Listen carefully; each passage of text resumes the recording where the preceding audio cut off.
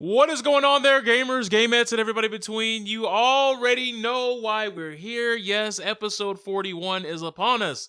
Welcome to Clout.WAV, where it's the greatest podcast you'll ever see this week, every week, not necessarily at the same time, pending, all types of litigation and the fact that, we have busy lives and busy schedules. We're not always on time, but we're not always late. Something you can appreciate. But that being said, what's going on, man? How you been, brother? Like, you been doing all right? Things been schmoving and grooving on your side? Because, I mean, you are the greatest co-host in all of podcast history. Well, I've been doing okay. I'm glad that the week is almost over. Shit, man, July 4th happened, huh? Yeah, we sure did get past that, huh?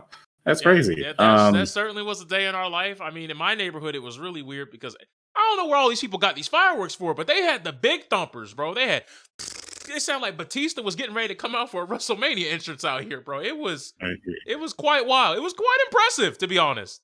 I was in the same boat. I actually slept through the first wave of fireworks, and then those big ones went off, and that definitely woke me up. I was like, "What is going on outside? Is someone getting shot again?" Oh, oh, you thought you was gonna get some good night's sleep? That's cap, Mondo cap. Never seen it before. I wish I could get 8 hours on that day, but unfortunately, it was not meant to be. And speaking of things that were not meant to be, boy, do we have quite the show for you because, man, NetherRealm Studios. Everyone's been talking about this new patch that's going to be coming out to save Mortal Kombat 11. But as you guys have known, last week they had dropped a tweet that basically stated everything but that is happening. Because they are done. They are ceasing development. They are putting a pin, they're putting the feather in their cap, the notch in their belt, and they're moving on to greener pastures. And MK11 is basically donezo.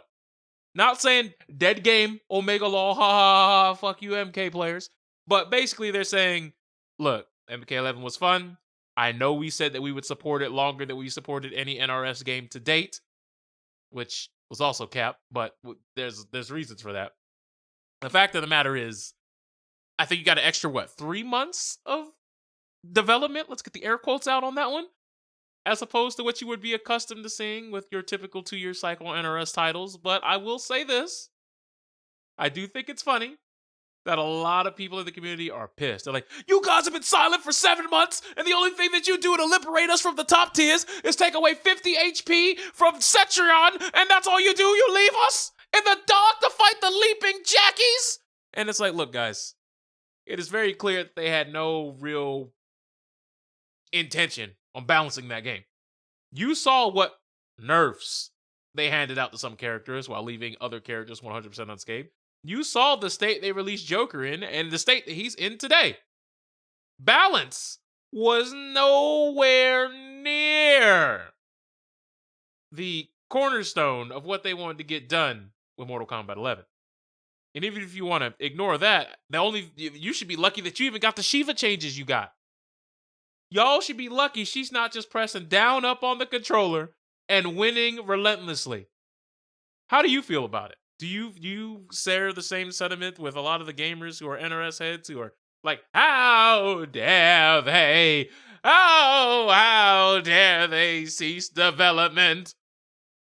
Or yes. are you oh. I'm right there. I'm right there with you, honestly, because first and foremost, a lot of these NRS players have now moved on to play Guilty Gear Strive, and they're going to take a lesson from this experience that will help them with the next experience because, it's all connected. This whole situation with MK11, what were they expecting to happen? That a new combat pack was going to be released, and somehow people are going to be like, yeah, now I want to play the game again. NRS saw that it was time for them to move on because they need to put out a new game that's going to make them X amount of money. Guilty Gear Strive is out right now. Everybody's all over it. Why? Because it's got very great netcode. NRS has been sitting here like, hey guys, we've had great netcode in our games for the last 3 games that we've done. Heck, with MKX, halfway through, since we originally thought we should put in rollback netcode, we were like, you know what? we're going to give you guys a patch because we feel bad that we didn't have the ability to give you the netcode that you deserved from launch. So we're going to go ahead and patch the game and add rollback netcode to the game. And now you have situations like, Twitch Rivals, where they were able to have a whole online tournament for MKX because it's got rollback netcode. So what is it that's bringing everyone to Strive? Rollback netcode. So what are they going to put in the next game? Rollback netcode. And then they're going to see everything that's happening with MK11 and be like, all right, let's not do that. That's it. And they're going to give us a new, exciting game. I mean, remember when MK11 first got announced and Ronda Rousey came out? She's like, I'm going to be Sonya. And, people were like, Ronda Rousey? Oh my God. The game has... Bro, they spent all that money to get Ronda Rousey just so she can get crushed by rocks 40 minutes into the trailer. Yeah. It was like 14 minutes into the game, and she just gets crushed by rocks, and that's it. The absolute worst. Like, I cannot believe. But see, think about how you felt before you found that out. When the game was, they were releasing little bits of how they changed the gameplay. It's like, we've got defensive bars and we've got offensive bars. Now you've got, different things to manage here. You don't have to worry about using bar for defense because you've got a bar set for that. And it's going to be really interesting, right, guys? Yeah, this is going to be some interesting play. Look at all these variations that we got here. Sonya's got a drone here. And she's doing some wild stuff. Look at that Sonic Fox over there doing some wild stuff. Whoa, we got to change that. Don't worry about that, guys. Hey, this game is going to be new. It's going to be fresh. Everyone looks cool. Everyone looks interesting. The graphics look amazing. The voice acting is really great. It's all going to be a fun time. And then the game came out. We played the story, and we're like, why is Sonya dead? Wait, what is that? Oh, Cetrion. Okay, that's cool. Cetrion looks really cool as a bad guy. No. Kronika? Huh? Wait, Kronika's her mom? Wait, Cetrion is just a dog? Wait a minute. Cetrion is Shinnok's sister? Like, there was a lot of things that they threw at you at, like, Mach 7 and just kind of hope you forgot. Mm-hmm. And then you have the whole Sindel rewrite, and it's just like, look, we're not going over this again. That's a retread. That's the beauty of NRS right here. They gave us MK11, and then when MK11 was kind of waning a little bit, it needed a boost. They were like, "We're gonna give you Mortal Kombat 11 Aftermath." That's right, Sindel is finally back, ladies and gentlemen, and she's coming in with characters that you love, like Shang Tsung and Fujin. Oh man, it's gonna be great, and you're gonna get more story. And then you play through the story, and you're like, "Yeah, Sindel, she's out here doing good stuff, and she's defending her name." And so, wait, what is she doing? Is that Shao Kahn? Is she letting Shao Kahn? Wait, what the heck? And she's like, "I was evil all the time." Who wrote this? Your father was pathetic and weak. Oh, I could just remember my heart crushing when that moment happened. Like, huh?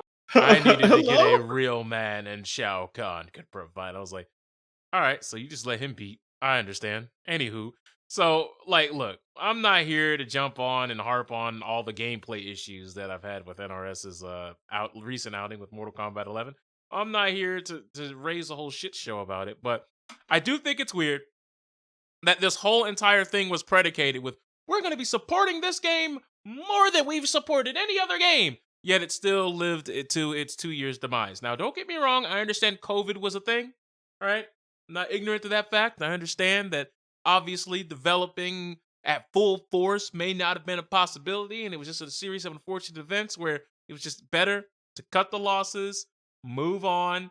Because I'm almost certain that some of these contracts that they have with some of these voice actors and actresses, and some people may have signed NDAs behind the scenes. Some of them contracts, maybe to borrow from our talks last week, I think the statute of limitations there might have started running out on some of them contracts. And well, hey, that's why they got some of the actors from the Mortal Kombat movie to lend their voices for the new skins that they had going forward. And they're like, new content, buy it. Don't get me wrong, they could have done that, but at the same time, movie skins aren't existing at all. I don't know if you know that. They actually didn't do it. Wait, what? Yeah, we did not get movie skins. So wait, Shang Tsung's movie skin is the only real movie skin? Yeah, you just got the movie skin from the original movie. I thought there was a pack that had like all the that had like Johnny Cage and at least Johnny Cage and Sonya, or was it Johnny Cage, Sonya, and Raiden, where they Yeah, no, had no, no. They got theirs from the first two movies. I'm talking about the one that came out on HBO Max. You're not getting skins for those. oh yeah, nah, I didn't expect that. No, no, because we would also have to get Cole from. Yeah, nah, I'm good. I'm all right. I knew that wasn't going to happen. They saw that a mile away, and they're like, "GG's." They said, So, "Nah, buddy. nah. What we not about to do is invest more money and capital into that." So, it was a pleasure working with y'all. But don't worry, we're apparently allegedly planning 5 sequel films for that. So hey, clearly they want to do something with that. It's just not going to touch MK11. Remember when NRS announced that from Evil Dead was going to be in the game, and Pause. then Pause. They never announced that. That was a leaker who said that. And then in the trailer, they just so happened to be a chainsaw noise, but it could have been any noise. But they never officially ever once said that. oh, all right. I just want to make sure we clear the air on that. They never officially at any point said that. But the voice actor or the actor for Ash from the movie said that they really want their character to be in it, but NRS and WB never themselves in any official capacity said that. Just want to make sure we clear the air on that. But I will say this, and it's something that is very annoying about the fact that like everybody was waiting on this last patch. Like everybody who was playing that game up to this point had been waiting on this last patch. They've been waiting on it. Now, I had long since dropped the game. I think it's been like, 4, 5, 6 months since I've made any sort of MK11 content. And it's not because I think the game is dog shit. It's just that the game did not provide enough for me from a content creation perspective to where I wanted to continue playing it. Because a lot of the characters are very watered down. They're very simple to the point to where it didn't matter what the matchup was. It felt like 90% of the cast has one subset win condition, and that is all you were trying to do. That is it. Jackie's going to do 1-1 leap, leap, shrapnel, leap, shrapnel. That's it. You know exactly what the characters are good. You know exactly what the game plan is. Most of the outplaying had to do with baiting something to whiff punish, making sure you can wave dash, back dash. Obviously, just push buttons on wake up. God, how we hate that was PTSD right there. But the whole breakaway system, that as a mechanic, like how my combo turned into yo combo. Like, explain that. Like, don't get me wrong. I know games have burst and you can bait the burst and things of that nature. But what was wrong with the breaker system? Y'all had something that was simple, nice, balanced, returned us to neutral, took away resources from the person who got hit to compensate for the fact that they're not taking damage. Boom. Say, Easy. buddy, that was old. All right, nobody wants to see old stuff in our new video game. We got the flashy new system here where you get armor and then you fall down when a combo is happening, and you spend your defensive bar on that. You see, isn't that amazing right there? It sure would be if, you weren't playing a character where all of your things, literally, if you launch someone, you have to just either just stop your combo and let them break away. Because remember, when you play a character like Frost, your your armor break move is a projectile that sends them full screen. So if you're not in the corner, you're not going to get any damage off of it. And let's be honest, zoning in that game?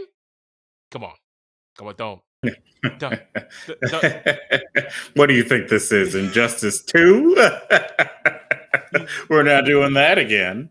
I mean, the only character that you could probably argue is like a zoner is Jackie with the flame orbs, but that's because of damage over time. And arguably, you would be able to say a character like Cetrion, but Cetrion also has Rock Wall. Hmm? So, like, zoning was not necessarily the worst thing about that character. As soon as you said Rockwall, I literally just saw the animation of EX Rockwall doing a freaking crushing blow on someone's face, and I was like, "Yep, that's exactly what it Like, is." come on, bro. I don't want to see that anymore either, dude. But like, ultimately, MK11 was kind of I don't know. I felt like I played that game a lot longer than I probably should have, just because it was the cornerstone of my YouTube channel for a while. Mortal Kombat 11 was definitely one of the bigger draws to quiz based content. And then I was just like, yeah, but I'm bored now. And they're not Look, I bringing know anything to how the you table to feel. change the game. But like, I'm not gonna say it's a bad game. I mean, I got definitely a year and a half of actual enjoyment out of it. So there's no reason for me to like want to say, oh, Mortal Kombat 11's never done anything for me. Because I know I've seen a lot of vitriol on the timeline about people who are saying that very thing. But like, once the game stopped becoming fun, I just stopped playing it. It was a very simple formula. Now, some of these people are talking about they hate the game and the game is terrible and the game is dog shit and that the game is one of the worst experiences they've ever had, but they play it every single day and don't even get paid Yep. to play it. They hop on Combat League and play 40 sets day in, day out, all day, day. And they're saying it's like purgatory and it's like hell on earth. And it's like, man, go outside, touch grass. It's okay. Look, It's all man, right. I played a video game called Marvel versus Capcom Infinite, right? Oh, Lord. And that game, all those things you said, yeah, I remember, in my youth, seeing people saying the same things about Marvel vs. Capcom Infinite. When it was in its heyday, and everyone was like dropping their games to play it and stuff, and then it just wasn't what they expected, and they just weren't seeing the entertainment value out of it. And there are a few people who are just finally like, screw this. I'm going to play the game that I really love, Ultimate Marvel vs. Capcom 3 or Marvel vs. Capcom 2. And then after seeing that, people were like, yeah, I missed that game. You know what? But you know what? But you want to know what game they didn't go back to? What? Guilty Gear Xrd Rev 2. Now you may be saying, all right, that why Oh, well, man. why did you Timeline too, because people are like, oh, it's the people who are picking up Strive now, and they're like, man, I really should have played that Xrd game when it came out. And well, Xrd players are like, because the thing that kills me, right, is there are some people who I know for a fact have never even touched a lick of Xrd. Not Sign, not Rev 2. Don't know the Mhm. PTSD of seeing Alpha. Don't know what it's like to fight Johnny. Like, they just don't know. But they be like, yeah, man, I've been a Guilty Gear OG forever. I've been seeing a lot of chicanery and fakery on the TL about people trying to talk about, man, this ain't the Guilty Gear I love. Guilty Gear you love, you never played it. You just wanna camouflage yourself and just blend in with what some Guilty Gear OGs are saying. Yeah. Everybody knows all I've done is play Xrd, Sign. I skipped Rev because I was not in the blood. Look, bro, y'all got. I don't believe this is gonna be the last one. I don't. Like when I told you when that game came out and you said, "Hey, you gonna get Revelated?" I looked, I said, "I just get the feeling that's not the last game." I get the feeling I'm gonna buy this one and I'm gonna enjoy it for a little bit, and then they're gonna be like, "Here comes Guilty Gear, Waco Look, Mundo man. edition or something like that." And then but there was Rev 2, and I was like, you know what? Maybe this isn't the last one, but it's gonna be the last one I buy. And then They Rev 2 got was me. the last one. Oh, They got oh, me with Rev 1 because they were like, Dizzy is coming back, guys. Do you see her? Oh my god, she's gonna be in the game. And I was like, Dizzy? I have to buy it now, and she's gonna be free. Yeah. And I bought that game and I played that game. And then I think Jam got released and Biking got released, and it was really nice. And then I stopped playing for a while, and then Rev 2 got announced, and I was like, nope, leave me alone. Just leave me alone. I downloaded the demo for Rev 2. I played it a little bit and I was like, that's nice, and then leave me alone. look, soul aside, right? Soul aside, I'm gonna tell you right now. A lot of people who are new to Guilty Gear are like saying this, like, the game is like crazy and it's like really hard and it's like impossible to like really get your bearings. I was like, y'all don't want no smoke with Exert because Raven throw one ball on the screen and you get knocked down. Just unplug, dog. Just leave. Just That leave. character was so fun. Just leave. There's a lot of things in Exert that can make things look like a one-player game. Believe you me. Now, I was a bedman player, so you already know there was a lot of situations I found myself in where my character was very susceptible to taking a lot of damage. Now that being Mhm. said, if you ever get hit with Croach, yeah, close HS, oh, beautiful times, beautiful times. In the 3HS, little thing came up from the ground. Then we go, oh man, then we super jump, and then we realize that our combo doesn't even work on Elfelt, so we got to do a less damaging version just to hit Elfelt players. Meanwhile, Elfelt just walks up Yes. and just slapping me up, man. Just clapping my cheeks. All right. Now, some people say, "You play any other Guilty Gears before that?" That was Exert Sign was the first Guilty Gear game that I played with any intention on trying to learn the game. And Okay. boy, let me tell you, there was a lot to learn. I've played Accent Core with homies. I've played a few other Guilty Gear games with homies at either the arcade or at their house. But let me tell you, as far as trying to learn anything about no, I was Button Master Joe. I was this guy. Yeah, that was me. I had no intent, nothing. So people like, hey man, I saw that you were, uploaded a video a long time ago where y'all were playing Exert on not Exert, it was like Accent. Accent core. It was Accent Core, but it was on some weird like private server, and you could there was a custom color palette character editor thing. Y'all know what I'm talking about if y'all played it. I forget where we got it from, but it was free to play because it's basically a pirated version of the game. Like none of us owned it. It was. Am I snitching on we're snitching on ourselves. It's okay. No one cares. Anyway, so yeah. I was a button masher. I was a fiend. I was a fool. Exert comes out, kind of enjoyed it. Was kind of like what a lot of Strive players are saying now. Man, maybe I should have given these games a chance, back in the day. But I've seen some of them back in the day games. I've seen what some of them characters can do. I've seen the unblockable loops. Nah. Nope. Mm-mm. I want no parts. Come Not on, one. man. It wasn't that bad. It was fun. You had so much freedom. You could do so many things. Oh, man. Kai Look, Kisuke, the look, king. Oh, look. Abba, the character. I Wow. will quote my man Jeff Goldblum when he said, I think a lot of your developers and your development staff always ask themselves, could they do it? But they never once asked, should we do it? Because that Zato Eddie shit that I saw, Oh, all right. Yeah. Well, I'm sorry. that man had loopable unblockables in the TOD. Nah, buddy boy. You know what's wild? Nah, I refuse to be a victim on that level ever again. That shit sucked, right? But you got to remember, there's an entire character in that game who has been deleted from the zeitgeist of Guilty Gear ever Don't talk since about because of, Testament, okay? Look, given my knowledge of fighting games like today and recently over the years, I'm gonna tell you right now. I go back and I look at that Testament, and I be seeing the meme of no testament, no investment, and I'm just sitting here like, y'all want that? Y'all look at that and y'all say, I fucks with this. I want that. Yeah. Now, let me say, with an addendum to that, I want the character back. I know that because of the crimes that the character committed in the past, He he's gonna not be going to be the gutted. same. But I don't want him to be gutted. I still want him to be like fun. I still want him to have a similar concept, just not as busted. Which I guess they haven't put him back because how do you do that? I mean, the man has traps. Like he has invisible traps. How do you deal with all of that stuff? You got to take away at least 2 of those traps in order for him to be like a character in Strive. So I don't know. I don't want him in this game. I want him in the next version of Strive.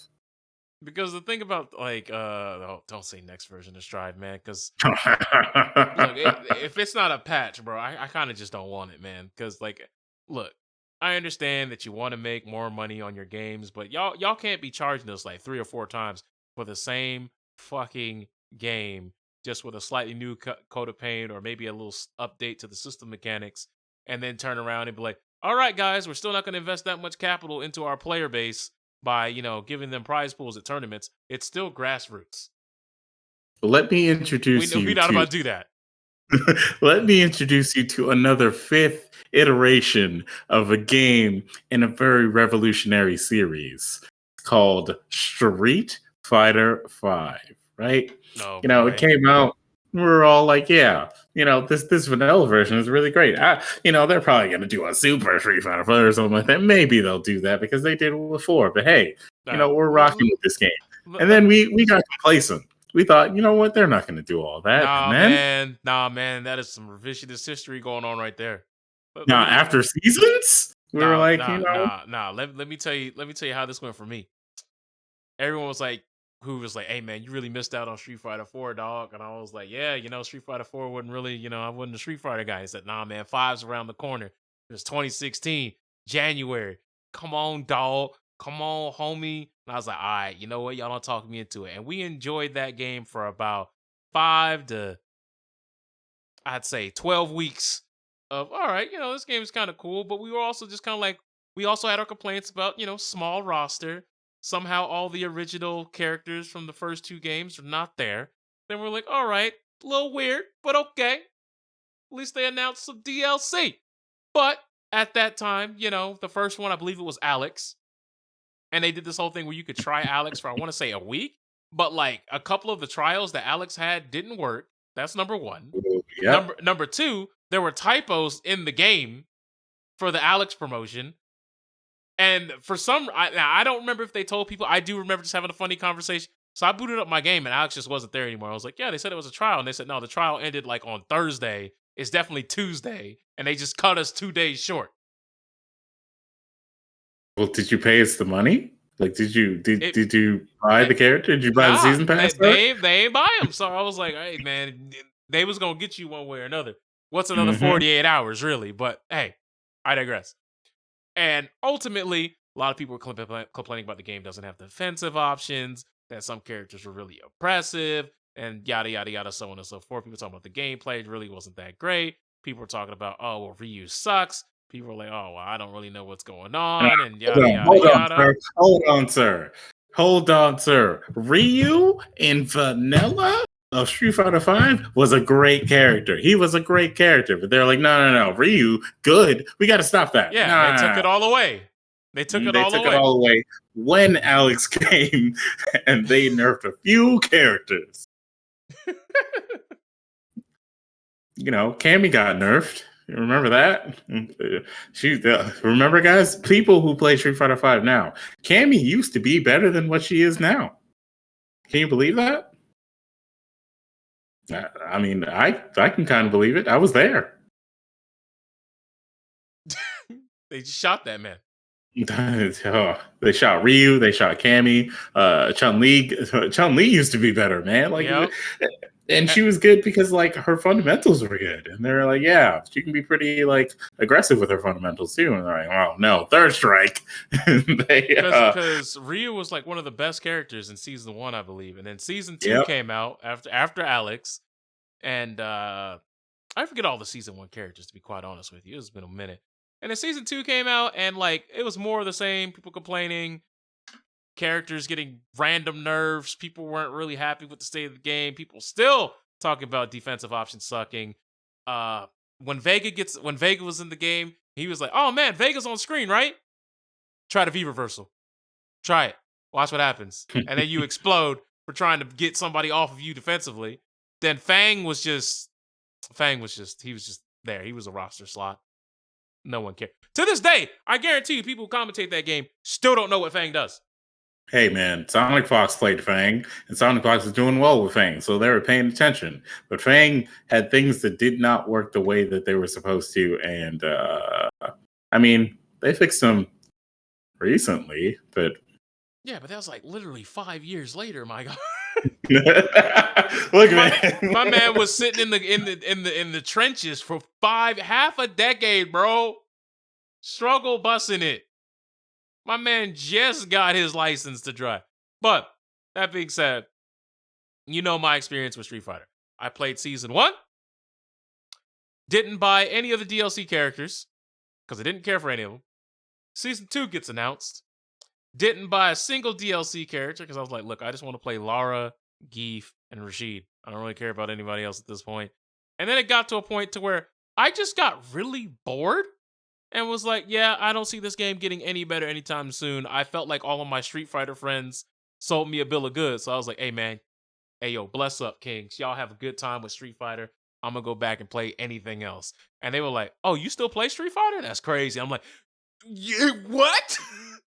They dropped the game before me, and they're the Hey reason man, I bought it. hey man, that sucks, man. Those people didn't want to stay with the game or whatever. Street Fighter Five is a decent game now. It's still got its problems, but it's a decent game now. Unfortunately, it's got another season going on because they're like, yeah, we're kind of delayed with Street Fighter Six, so we got to give them something to keep them entertained and whatnot. Why don't we put Dan in the game? Look, Let's bro. make him good. Look, bro. Let's give him some cool shit that like should have been in the game with other You characters. you want to know who the newest character was when I stopped playing the game?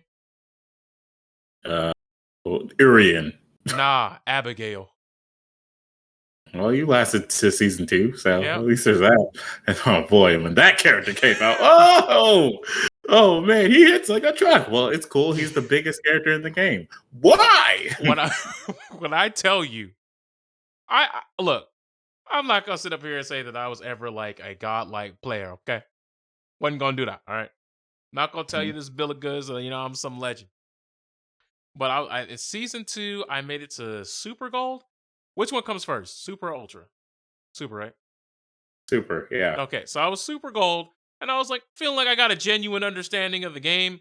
And then like Abigail showed up, and I immediately, I don't know, man, getting robbed by that character a handful of times just made me just go, look, dog, if this is the future, I don't want to be a part of. That's number one. Getting your guard crushed is not a fun feeling. I'm gonna tell you that right now.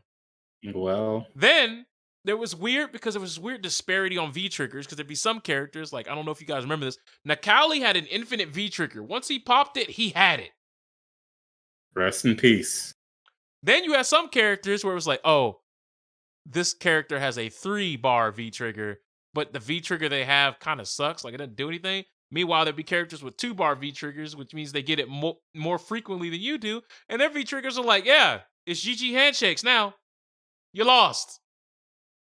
Nah, man, couldn't be me. Then if you ever had to see Urian at all, like, do you want to get Aegis to death? Is that what you want? You could be winning the neutral all game, and you're beating the tar out of a player. They Hey pop man, V-trigger, get one good sequence, into shake my hand. do Nah. you remember how Korean got nerfed in between beta and release because people took like a beta version of the game, a beta version of like season 2 or something like that, and they were using that to play online, right? And they unlocked Urian in that build because Urian is in the story mode, and so he had, I think, most, if not all, of his like moveset in that mode or whatever. So they, basically use some PC abilities to unlock Urian, right? And one of the very interesting things with the stuff that people were doing is that he could special cancel his crouching, his low forward. And Capcom saw this and they're like, no, that's too strong. Sorry. And so they took that away before release. Before release, because people posted that shit all over the internet, man. That character could have been a lot better. And look, special cancel low forward, that makes sense for characters. They took that away and they were like, nah, now he's normalized, and he wasn't. Like he was pretty freaking good. Look, here's the other weird thing about that game and how long it took to be good. But boy, let me just tell you, man. The target combo for Laura, like when I found out that knee knocks down now, it's a different game. I don't know what then y'all got something called V Shift now. I don't really know what y'all be doing over there, bro. But apparently they've been trying to give y'all more defensive options. And then apparently you had Seth just running rampant for about 6 to 8 months. So I mean, as long as y'all happy over there in Capcom land, be happy. Hey man, Seth got nerfed. V Shift is punishable. And Laura's target combo is also V skill cancelable as well. So It be like that when it be like that, especially when it be like Laura that. she's still pretty damn good despite the nerfs. Hey man, I heard she's still schmixing and mixing out there. So good stuff to all the Laura players out there. But you want to know who we're not saying good stuff to anymore? Ooh. Nintendo. Bro, what is this, dog? So I'm sure most of y'all know about this at this point, but Nintendo has announced a 7-inch OLED screen called the Nintendo Nintendo Switch OLED Edition. Nintendo has changed business for the games industry forever now. They have done the most bare of the minimum out of all of the like criticisms they've gotten for the Switch recently. And they were like, let's give them a new Switch OLED edition. And the thing that got me the worst about the trailer is when they show a regular Switch and someone playing on the tablet version of the regular Switch, and they take the border and then they just kind of like extend it a little bit to be like, yeah, now it's 7 inches instead of 6.2. I was like, you shouldn't have done that comparison in this trailer, because now I definitely like I'm sad that all you're selling me is a slightly bigger screen in a specific mode that I'm probably not going to be using most of the time, because this is not your handheld console, this is your home console. Because here's the funny thing about it, right? So they're talking about an OLED screen, and look, OLED versus LCD, there is no comparison. OLED wins every time. But the issue is, Right. for a person like me, when I'm on the go, I would rather be playing something on my phone. I'd rather be playing any of my myriad of games on my Game Boy Advance. Or, Mhm. let's face it, folks, a lot of us have emulators on our phones. So literally any 16-bit, hell, even like 64-bit games, you know what I'm saying? Whether you playing your Banjo-Kazooies, your Mario 64, or in some cases, you can play Dreamcast games on your phone at this point. Like phones have been on the come up on what they can actually produce and recreate with phone-based emulation. But the point is, there are so many more convenient things that can actually fit in my pocket to play video games on, as opposed to a screen that you also have to store Joy-Cons for, because you can't play with just the screen. So you're going to have Joy-Cons or a Bluetooth controller. Yep. It's not like, outside of going to the airport and taking a flight, that's probably the only time I would ever have my Switch in portable mode ever. And the Hey issue that man, they have here is all of the upgrades for this new Switch only affect the portable mode outside of one thing. Having, the Ethernet port. That's right, Smash yep, players. Finally, you don't have that stupid John of, well, the console didn't come with an Ethernet port, so I gotta be a Wi-Fi player. Nice try, buddy. and you want to know what the But funny the new thing about that Switch. is? You could buy a USB to Ethernet adapter for about $8 and an Ethernet Hmm. cord for like $5. So for less than $20, you could have had one this entire time. Like If you don't that. have an Ethernet cord, anyways, No, there are people who don't even know what it is. That's what's crazy. wait, what? What is TikTok doing to these kids? And that's what I've been saying, bro. Because I was like, because this happened in Jackal's stream recently. Because he was playing Virtual Fighter, and some dude was saying, "Yeah, but I have good Wi-Fi," and we were like, "The meme, Good. good, good Wi-Fi meme, the meme, Oh, it's you. true." And he was like, so he's like, yeah, he's like, you need a hard wire, man. You got to wire up. He said, well, what type of wire do I need? And we were just like, an Ethernet cable. He said, spell it. Like, boy, when I tell you the look of disdain Really? and confusion, All right. yeah, spell it. Spell it. Because he didn't know how to search it. And I was just like, y'all are really out here on That's something. tough. Y'all on something else. It's Right. Omega tough. But yeah, But hey, back to that party console. Yeah, man, the Switch. Switch OLED is going to make you a thrill at parties. They're going to show up there, and then you're going to come out with your bigger screen and put in that tablet mode, bust out the Joy Cons, and everybody's going to get to play. Have some fun. They're all going to play Mario Kart on Joy Cons. now look, Like it's now look. I'm not blind to this issue. Okay, I understand that an OLED screen, once again, is infinitely more powerful in terms of color fidelity and just being able to look brighter and just produce, all in all, a better visual experience for your eyes than an LCD but screen ever can. But if my screen's in the dock all the time, what does this matter? It doesn't. also these are all things the Switch should have had before. Yeah, like they were like, we have this nice wide angle kickstand. It's like, why was that not part of the base deal? It's literally like, welcome to being a console from last generation. Now we have a new one that's starting up. Nintendo, if this is your plans of like consoles for a while, you're gonna be behind. And like it doesn't matter because Smash is on the Switch, and that's gonna like ride it forever. Smash, If Zelda, look, if Breath of the something Wild if 2. something ever happened to the point to where they could not make Smash anymore, that's when we're going to start getting good consoles again. Because boy, do y'all remember this travesty known as the Wii U? And people let Yeah, that rock because they wanted to play Smash so damn bad. I'm one of those people, man. I bought the Wii U for Smash Wii U, and I I bought Bayonetta 2 on that console at launch. I'll tell you that right now. Bought it on that console at launch, and when I say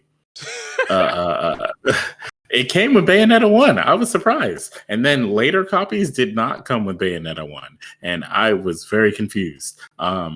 When I say that game, nice, cool. That and Smash were the only reasons I ever like turned on the Wii U console. And Understandable. like the tablet was just weird. They really wanted you to have like a Nintendo Switch as like a controller for their console. They were like, "Hey, this tablet is going to be like your companion for all these games that you're playing." And it's like, bro, but it's hooked up to my TV. What do I need the screen for? Nah, man, you need it for certain things. Halo theme intensifies. Remember Zombie U? That game like relied on the screen, No! and then they like finally developed a version that they could put on other consoles that didn't have that functionality. And it's like, oh, so you could have done this, and you just Hey you man, were like that Nintendo money, innovation. that Nintendo money was good to him, bro. It was, Because you want but to know what's wild? So, what? since we talked about NRS earlier, we might as well talk about a specific NRS version of Injustice 2 that dropped on the Wii U.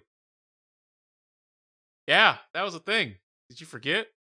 Injustice 1 was also on that console, and that was also weird. Oh yeah, Ultimate Edition launched on that console, didn't it? Actually, hold on. Excuse me. And we'll talk about Injustice 1. Injustice Okay. 1, I don't even think they got all the characters for the Wii U. I am pretty sure that they did not get all the characters. Because I don't think they ever got them. I genuinely don't think they ever did. All right, hold on, buddy. I'm shit. The that game did launch on the Wii U. Okay, Ultimate Edition never came out on the Wii U, No, they did it? never got Ultimate Edition. But I just don't think they got all the characters. I don't think they did either. Oh my goodness. They never got Martian Manhunter. Yep. They never got Martian Manhunter, but wait, they got Batgirl, right? Uh I don't think they got the whole second set. Hold on. I do not see Batgirl. I think they only got the first set. That's That painful. is That's painful. that's rough. That is But hey, your Wii U came with a Wii Virtual Console that you could use to play old Wii games on it, and in Wii mode, you could do some things and get some bang for your buck. that's sad, ain't it? Imagine you Look, bought the man, game and you see everybody else getting content and you ain't getting the content, bro.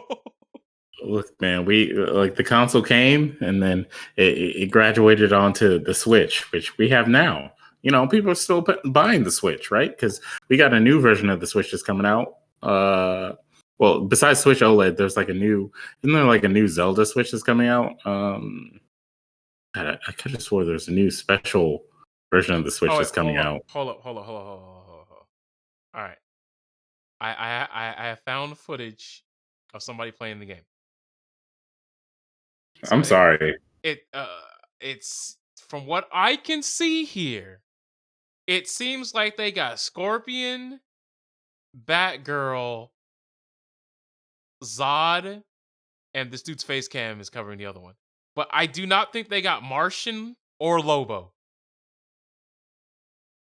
Lobo doesn't make sense. That was the first one in that pack. He ain't here.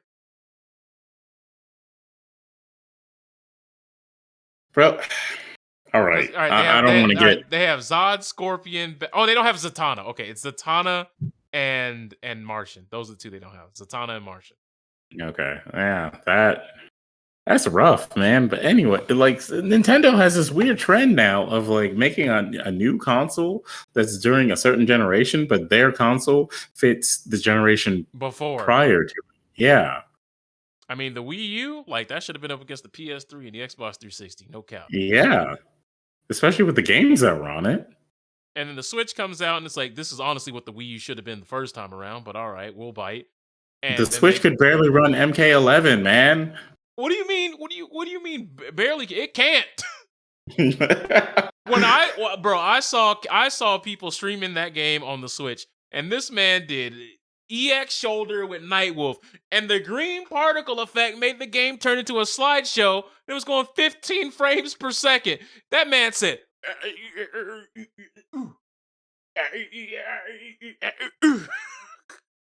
and I was like, man, turn it off, dude. This was not ready to be released. Like, it doesn't make sense. Nintendo makes their consoles for their first party games, and that's fine because their first party games can carry them. But they need to wise up and understand that if they make a console that's powerful enough to run all of these, new games from this new generation, like let's say they made a new Nintendo console that could run the Ratchet and Clank game that came out. Like, hold on, I know, folks. I'm gonna put something on screen for y'all so y'all can see it. This is what the Lin Kuei Cyber Assembly stage looks like on the Switch. I figured y'all should see this.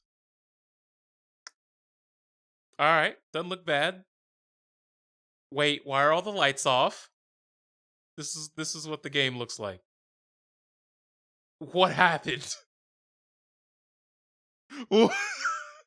They had to cut out some of the animation frames, so things look mad jank. This is not good. This is not. I don't think this is what we signed up for, boss man. But you could play it on the go, man. Is that what you want? That's what Nintendo thinks. Look, portability is just because it's portable does not mean I want to play with Dookie in my hands, but it's okay, Dookie, because I can take it with me when I want to have Dookie in my hands. That's not how this works. Oh my god.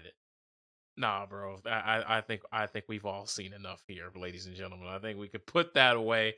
I don't wish to burn your retinas any more than I already have. We're not liable for lawsuit on this one. We're not taking the blame on that. But yeah. Well, Nintendo always seems to be a step and a half behind. And that may be giving them too much credit, actually. They may be 3 or 4 steps behind. But yeah, it hasn't been a good look for them. But because of their, as you said, their exclusives, their IPs, they're clearly going to have a leg up on a lot of these other people who are getting into the console game. Because, let's face it, Mario is an all-time classic. He's number 1 for a reason. And then when you have them flanked by your Zeldas, your Donkey Kongs, your Metroid games, you have all these other IPs, their Fire Emblems, and all this other stuff they got, and the fact that they're like bed buddies with so many of these other third parties, especially Sega, who's going to make sure that all their games are optimized on Nintendo consoles. Yeah, they're going to have a lot. Now, granted, all the super omega realistic games like your Call of Duties, your Battlefields, your Horizon-esque games, like they're not going to be dropping on Switch anytime soon, is what I would have said, but somehow they made Apex Legends work. Somehow Apex Legends is on the game. Oh no, they didn't. I'm definitely capping. It exists over there. Yep. But you want to know the funny thing about how bad it is? So the Switch version is the only version that doesn't have crossplay with PC. That makes sense though, because it Oh, would it makes probably crash the sense. game on that console. You damn right. That game was not meant to. There's a lot of games on Switch that were not meant to be on Switch, but hey man, it'd be like that. It just be like that because when someone tells you to, I don't know, make that money, are you going to tell them no? Look, the idea of having like a home console that you could just like turn into a handheld console and like take places, that's nice.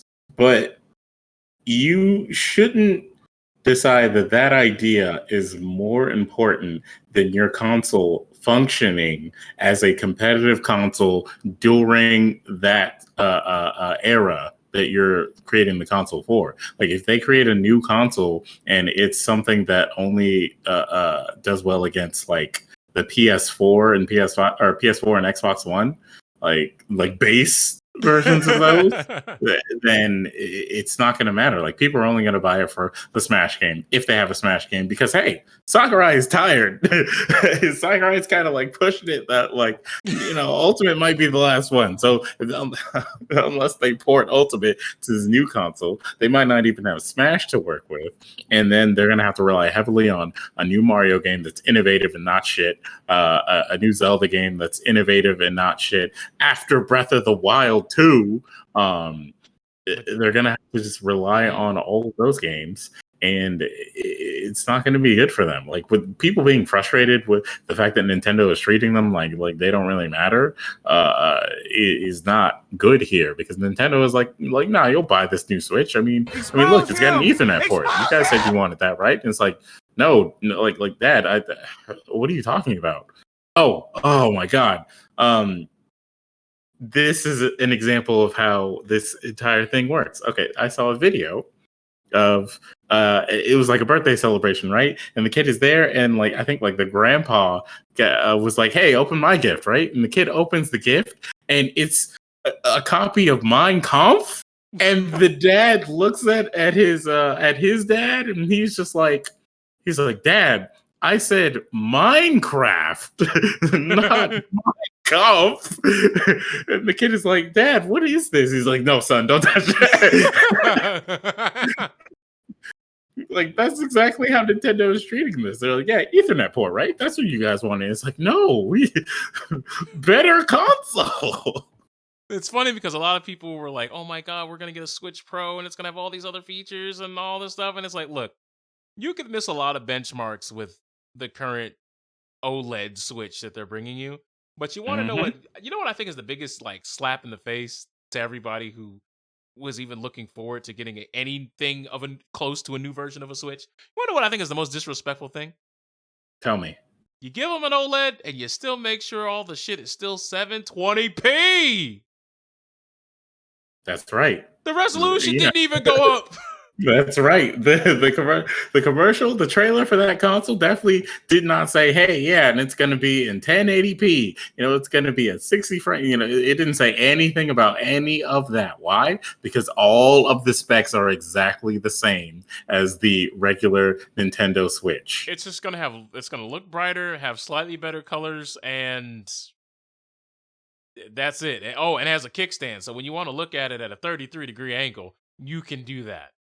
That actually pointed out to me that the regular Switch doesn't have that. I was seeing this and I was like, "Yeah, but the regular Switch has that, right? Is this like a bigger one?" And I was like, "Oh, it doesn't."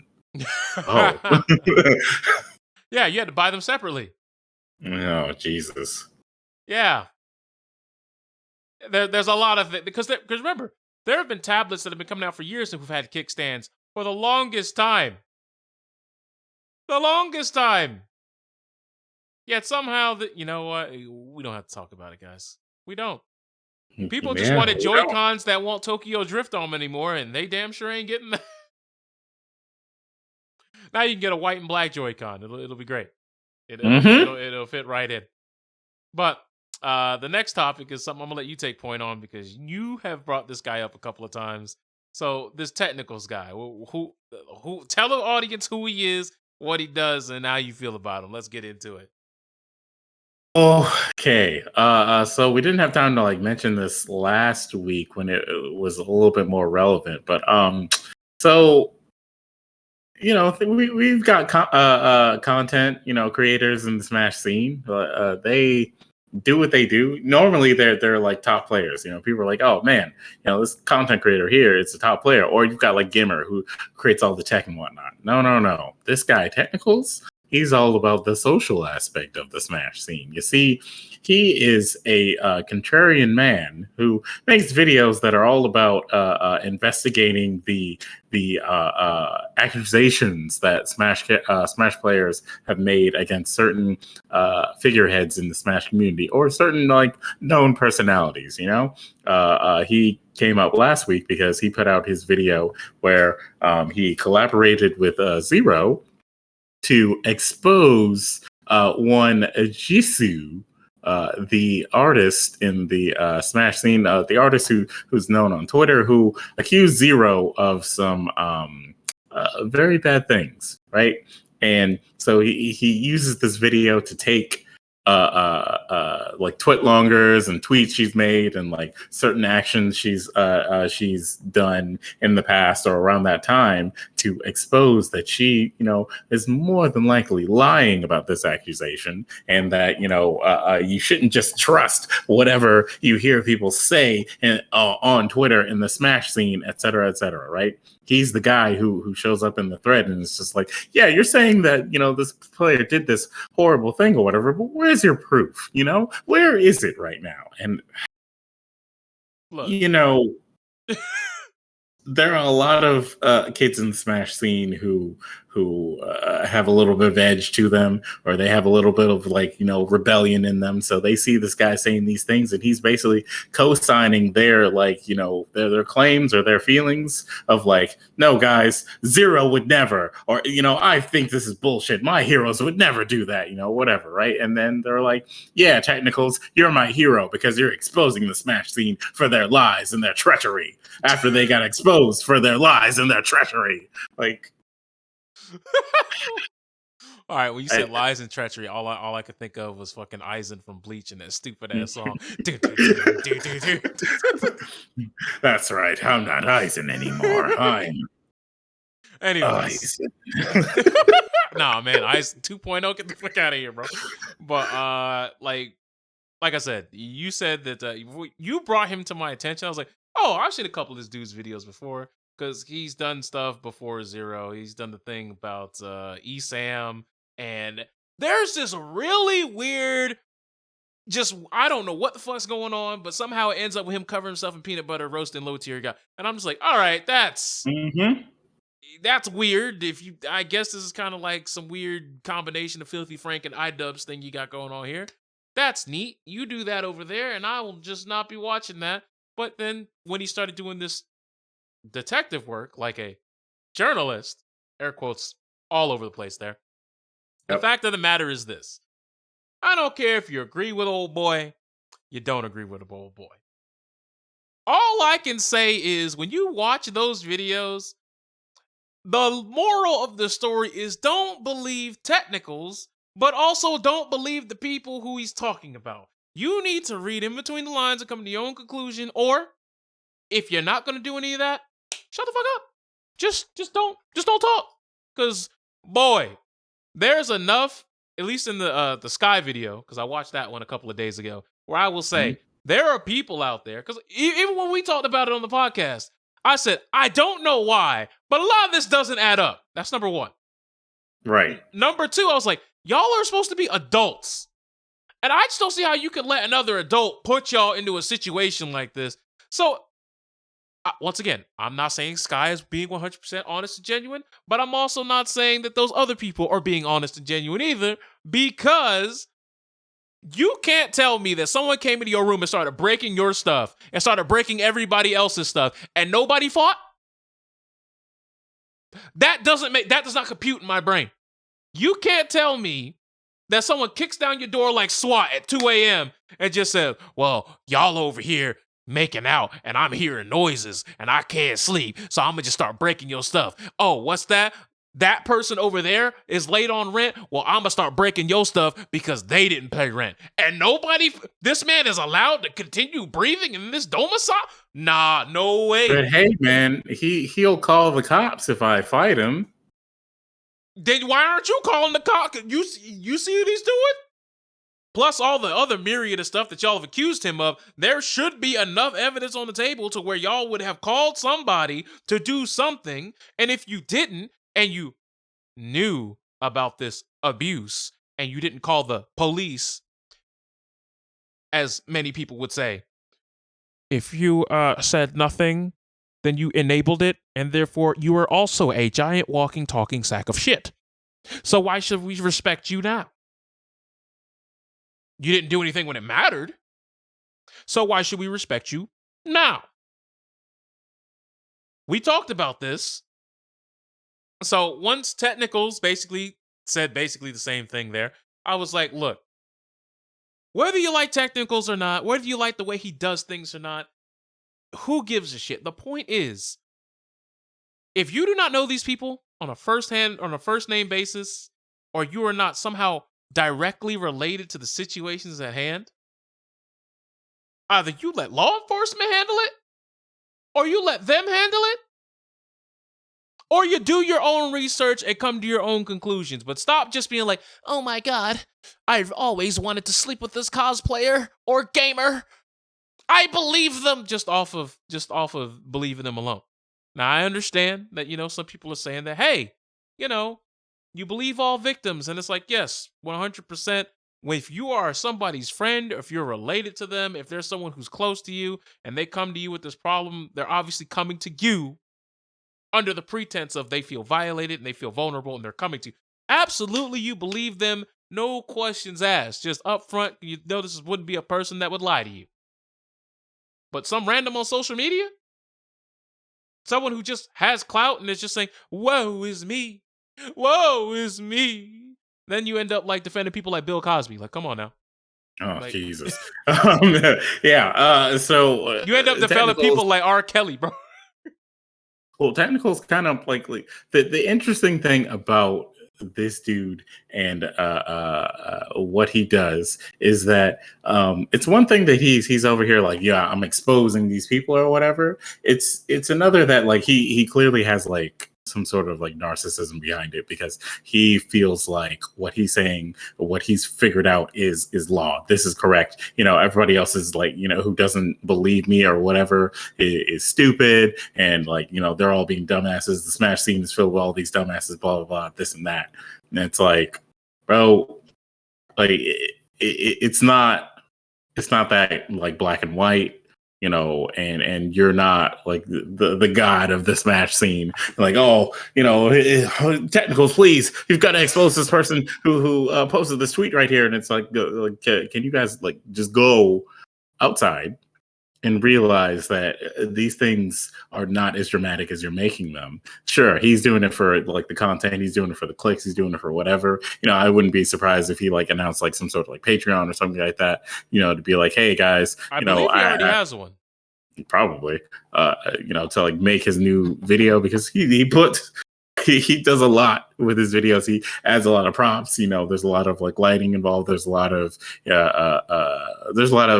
cameras involved. There's sketches. There's acting. Is that what you want to call it? He gets the homies over. They make a whole thing of it. Yeah. So like I don't know. He kind of points out. Ironically, he points out how like entitled the Smash scene is when it comes to certain things. Like, recently, you and I have seen that our local, our local host that at the local spot that people go to for their tournaments or to hang out and play games and whatnot. One Greg Lancette, I believe is how you say his last name, at 404 Esports, the owner of 404 Esports and the resident TO at 404 Esports, is getting a bunch of like nonsense from people in YouTube comments and on Twitter, like complaining about the quality of the commentary in the Smash sets for the stream that he runs for the game while he's running the tournament. Because here's the And thing, it's the locals, right? yeah, it's a local. Which means it's probably the same, what, 40, 60, 70 people every single week. Like, they all know each other. They're all Give or take, yeah. it's big homie hours when you're at the local. So the commentators are obviously not going to come there acting like it's Evo finals every single time. Like, oh, what's that? Oh man, we got a Meta Knight in the bracket today. I can't wait. Like, they're not going to do that the entire time every single week when it's Right. the homies every so. Like, now you got people who are complaining, like, oh my god, these commentators are terrible. There's such S-tier gameplay going on in the background, and they're talking about movies, and it's just like, you can mute the stream. It's okay. It's fine. So it's like the same kind of people who are out here like boosting technicals to the level that he's at now, where he feels this like hubris of like, yes, I am the one who's exposing the Smash scene for what they're doing and how ridiculous and how much hypocrisy they have and whatnot. Those same people are hopping in streams and they're like, well, why does this local not have the best commentary I've ever heard in my entire life? It's like, are you there to watch the match, or are you there to hear somebody tell you about what's going on that you, I guess, don't understand while you're watching this? Like what is the situation here? Like, yes, this is a local, so your local commentators may shoot the shit with each other and talk about like anime, talk about TV shows or whatever. Your favorite commentators who are like paid to do Evo and all that shit, they also do that, and usually it's at their locals. Why? Because locals are for fun for the most part. They're not like, oh my god, you're gonna win like $200 million from this or whatever. No, everybody's and usually commentators don't even get paid at locals. They do it for free. They do it out of the kindness of their time or the fact they've already been eliminated. Exactly. Like it's either someone who's in the tournament and who's already been eliminated and just wants to like sit down and like hang out with the stream, or it's someone who does commentate, but they're not getting paid, so they're just they're there to chill. So they might just get up and leave because they want to go play some games and shit like that. That'll happen. Why? Because they're not tied to they're not like married to the stream at the time, because they're not getting paid. It's not a paid gig.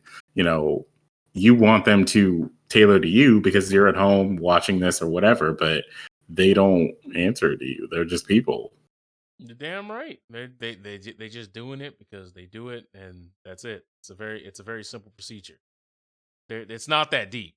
This is really it's not that deep. Go outside and touch grass situation. But speaking of touching grass, real quick, locals are where your favorite commentators started. Locals are where all top commentators usually start, or where they practice to know what's good and what's not good. And when it comes to 404 esports and the stream, sometimes you'll have people who are there to brush up on their commentary and whatnot. Sometimes you'll have people who are just there so that there's nobody sitting there, and then you're just hearing the sounds of the game, and maybe hear the sounds of people in the background. That's it, and that's okay. You don't need to complain about that. But did you hear? But I don't know if I told you about this. There was a tweet that I saw earlier where somebody was saying that you can't say the phrase "go outside and touch grass" because it's ableist. Because there's some people who because there's some people who may be disabled in a way where touching grass is not necessarily a possibility. And I'm like, look, y'all have got to stop being that sensitive, all right? Because it'd be one thing if you walked up to someone who you knew specifically had some sort of disease where going outside could kill them, and you said, why don't you just go outside and touch grass? That's one thing. But when you know exactly what the sentiment was about, you just need to go take a breather, step away from this internet thing, take a step back, recoup and regroup. If you knew that was the baseline sentiment, stop looking so deep. You're looking to be offended at this point. Y'all are looking to get upset. Y'all are looking to get your panties in a ruffle, your drawers in a drift. Y'all are looking to be disgruntled just for the sake of it. Because at that point, it's like, I can't say, whoa, man, take it easy, take a deep breath. What, now I'm being ableist because COVID exists? My dad died of COVID. What you mean take a deep breath, fam? Like now we got a squabble because of that. Right. So the thing about people who usually like make those kind of complaints is that they don't have the kind of like understanding about the people who they're complaining for. Like usually it's someone from a community who understands that like the person who was saying it was not trying to be like mean. They were not like maybe they didn't know, and they were not trying to like be ableist or whatever, because they didn't even think, oh, someone who can't physically go outside and touch grass might be like, wow, I wish I could do that or some shit like that. They're going to be like, no, this person just meant like, hey, let's go outside, chill, whatever. Like it didn't specific. It wasn't to be taken literally. Usually people who are people who are being defended in these instances understand that not everyone is going to like be on that same level of like understanding of this concept over here or whatever, and then they're fine, like they're like, oh no, it's cool, you don't need to harp on them about it or whatever. They'll learn, or they didn't mean it that way, so I can't like assume that they're trying to hurt me. It's a lot like, okay, like when people talk about pronouns, there a majority of people who like have specific pronouns also understand that a lot of people may not like know their pronouns off rip. A lot of people may need to get corrected here or there to really get used to it, and shit like that. They're not going to freak out because someone accidentally said he or her when this person has they them pronouns. They're going to be like, oh well, that was a mistake. It's they them pronouns. Please respect that, and then we move forward. That's it. Like once the person like starts being like, yeah, hey, that's right, you heard me, that's when it becomes That's a problem. that's when you go, all right, guy. Yeah, now you just doing shit. You know what I'm saying? But like, could you imagine? Could you imagine, right? In all honesty, there's someone who's like they're missing a hand, right? Right. But they do something like super dope, and it's like, hey man, I gotta hand it to you. I gotta give you props, and they be like, oh, you gotta hand it to me? How dare? Like, could you imagine that? Like, could you imagine that Actually, situation? I've actually experienced that situation. Like I know a guy Oh, who actually like he had a handicap, like his hand, he didn't have a full hand. His I think it was his left hand, uh-huh. and so he grew up with that disability. And so I think one time someone said something like that, like, "Oh, I got to hand it to you, man," or whatever. And he's like, "Wow, you just gonna say that?" And then you could see the other person like sweating, like, "Oh, I'm so sorry." And he's like, "No, man, I'm just fucking with you. Come on, dude. Like, I understand. Like he grew up with that, so he understands that people are gonna like accidentally say something, but they're not trying to be mean. So he's not gonna like focus on the people who aren't trying to be mean because that like that's exhausting." It's like you and I, we're black, right? Uh-huh. You think we're going to get upset every single time someone says, something that Lighten up, involves the bud. word black, or No, is every time someone decides to use, what is it, AAV? I think is or AVE or what is it, African American yeah, vernacular? yeah. Yeah, like no, we're not going to get upset about that every time because one, it's whether we say anything or not, it's a part of the culture right now. It's a part of the zeitgeist. People are going to like say whatever they think is cool. And maybe sometimes they're going to be around us and think that, they're going to come off as cool by saying those certain things. We understand that they're trying to do that. And so, yeah, maybe it could be like, yo, what do you mean by that? Or like, yo, why are you talking like that? Or it could just be like, all right, cool, man. Anyways, either way, like it's gonna, if you get like upset every single time that like that particular thing happens, you're gonna get exhausted from being upset. Like, by the way, I don't know if you know this. Lit, the slang is in the Merriam-Webster dictionary now. Yep. So I just figured y'all should know, like, when it's out there. We are at a point now to where a lot of these words are just accepted by the unanimous culture over here. So I'm just saying, like, if someone says it, you know what I mean? It's just like, all right, whatever. It's just it's in a place of normalcy now. Right. Now, whether you like it or not is relevant. It's here. You can't. can't put lightning back in that bottle. It's not going to happen. It's just that's just what it is. And here's the thing that you may not all really think about: languages are meant to be shared. That's how we end up with stuff like Spanglish. Languages are meant to be shared with the people because that's how you communicate.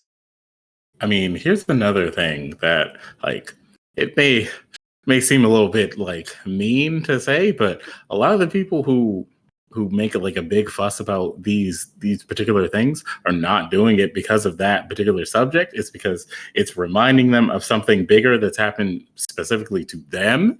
And maybe it's something that they haven't like really like addressed, or maybe it's something they may need to see like a friend about, see a family member about, or see like a professional about, something that they need to something they need to address in them that is causing issues You when think they these think people about it. you think these people really want to stare down the barrel of that emotional shotgun when they could just be loud on Twitter? Come I on, mean, man. that's the Being loud problem on with Twitter is the Twitter. easy thing, bro. That's the problem. That is the problem with social media. But you being the person who's like interacting with this like person who's going off like that, you can also realize that this person, like, oh, it's not about me, and then it's easier to be like, okay, I'm sorry that it didn't come off the way that I intended, or I'm sorry that like you're upset about it, or whatever, and be like, look, I'm not trying to hurt you, offend you, whatever. If you want to talk about this, we can, but I will try to avoid upsetting you in the future. Or if you're someone who doesn't care, just be like, look, I'm gonna do it again. And it's not about you, it's not personal, it doesn't has nothing to do with you specifically, and you gotta accept it, or I'm just gonna move over here and say it without you hearing me or something. You're like, everybody's gonna take it a certain way. Everybody's gonna have their level of interaction with people who do all that. But you being the person that has to deal with the person who's like complaining about it, you could really just realize that this person is not even like got a problem with you specifically, and just like be like, all right, I'll turn around and walk away, dude. I don't need to deal with this. Because I know Like, there's some people out there who treat this AAV thing like anytime someone says any word on that list, they're saying the N word. Like they feel that impacted. Like yeah. you let them catch a white person saying lit on Twitter. Have you What did you say? have you seen that trend that's going around on TikTok of people saying their hot takes, and one of them said segregation, stopping segregation was actually a bad thing, and that it's better for Black people if we went back to segregation. These are literally Nazi talking points, by the way. But You want this to was hear something? You want to hear something else dirty? oh, go for it. And this is TikTok related since you brought it up. This wasn't originally on the docket, but I figured we might as well have a little aside for it. So TikTok has, monetized a lot of their content to a point to where a lot of people can be partnered and actually make money off of their content over on the platform, which is like, all right, nice. But you can also describe your content and what it is. And you could say things like battling for white supremacy, representative of the Ku Klux Klan. You could say that I am here for violence.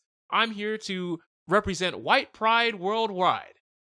I'm here to, I don't know, be a kidnapper. You could type all types of shit in there and you can still monetize your content. You type in Black Lives Matter, demonetized, not approved. You could type Black Pride, demonetized, not allowed. You could type, and I quote, amplifying Black voice, demonetized, not allowed. So TikTok definitely knows what they're doing. I mean, you gotta remember, this is the Chinese. They don't, much like white people in the 1800s, the Chinese overall don't really fuck with this type of shade of melanin or darker. I'm just saying. They don't even like their own people over there, bro. You think they gonna like us? Come on, bro. And coming from like a like business perspective, those outraged right-leaning people who are out here spouting some literal neo-Nazi talking points and whatnot, they probably get more views because people are like, "Wait, he said what?" And that's it. You know, I mean, whenever they get they showed the list of acceptable monetization terms, and anti-Semitism is on there. Being a Nazi or neo-Nazi is acceptable, but black anything, no go, no bueno. well, hey man, remember Bad. Sigma males and whatnot? Like Oh boy.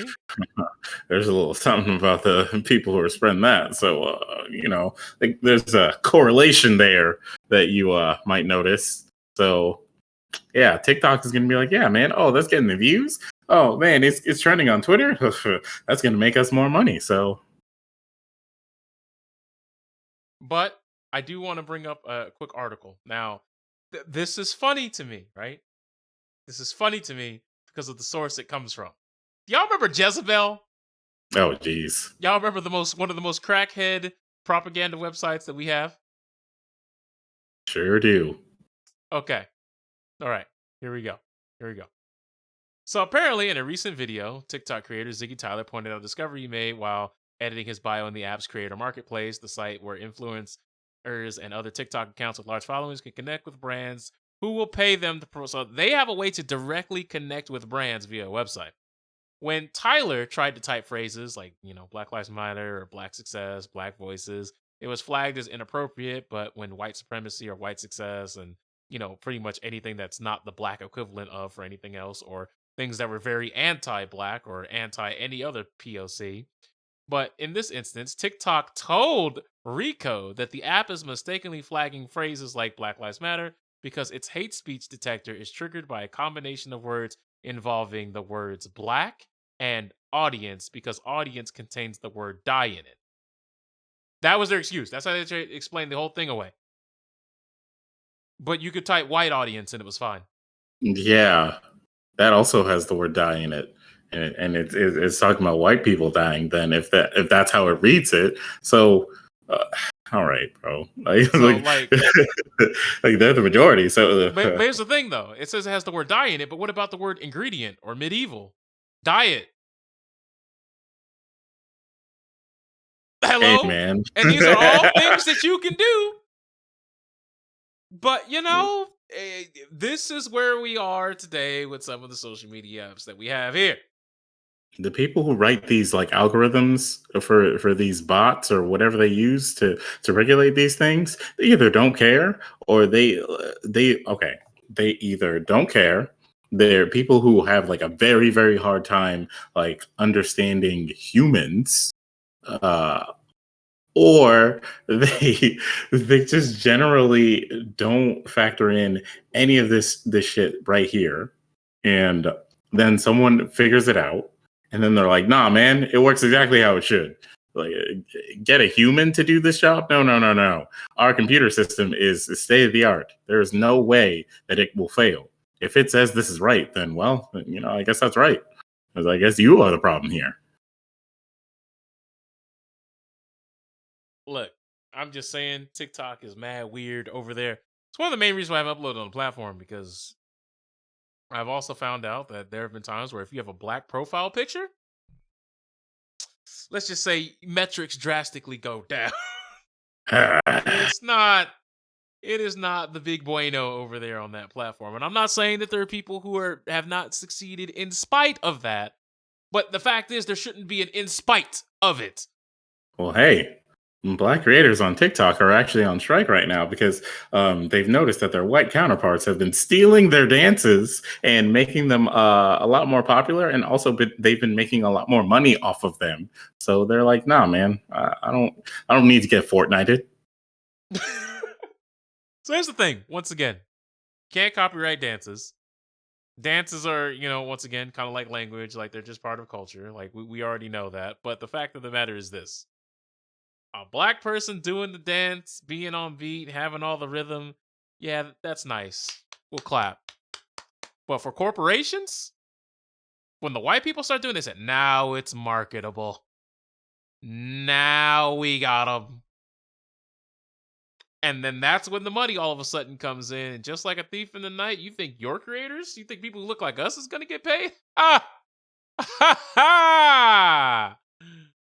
Not It's first. almost like there's some kind of culture going on with these corporations that needs to be addressed so that either the people who are in these places of power or, I don't know, the structure needs to be adjusted so that, these situations happen a lot less often. And, You're not talking about culture vultures, are you? No way.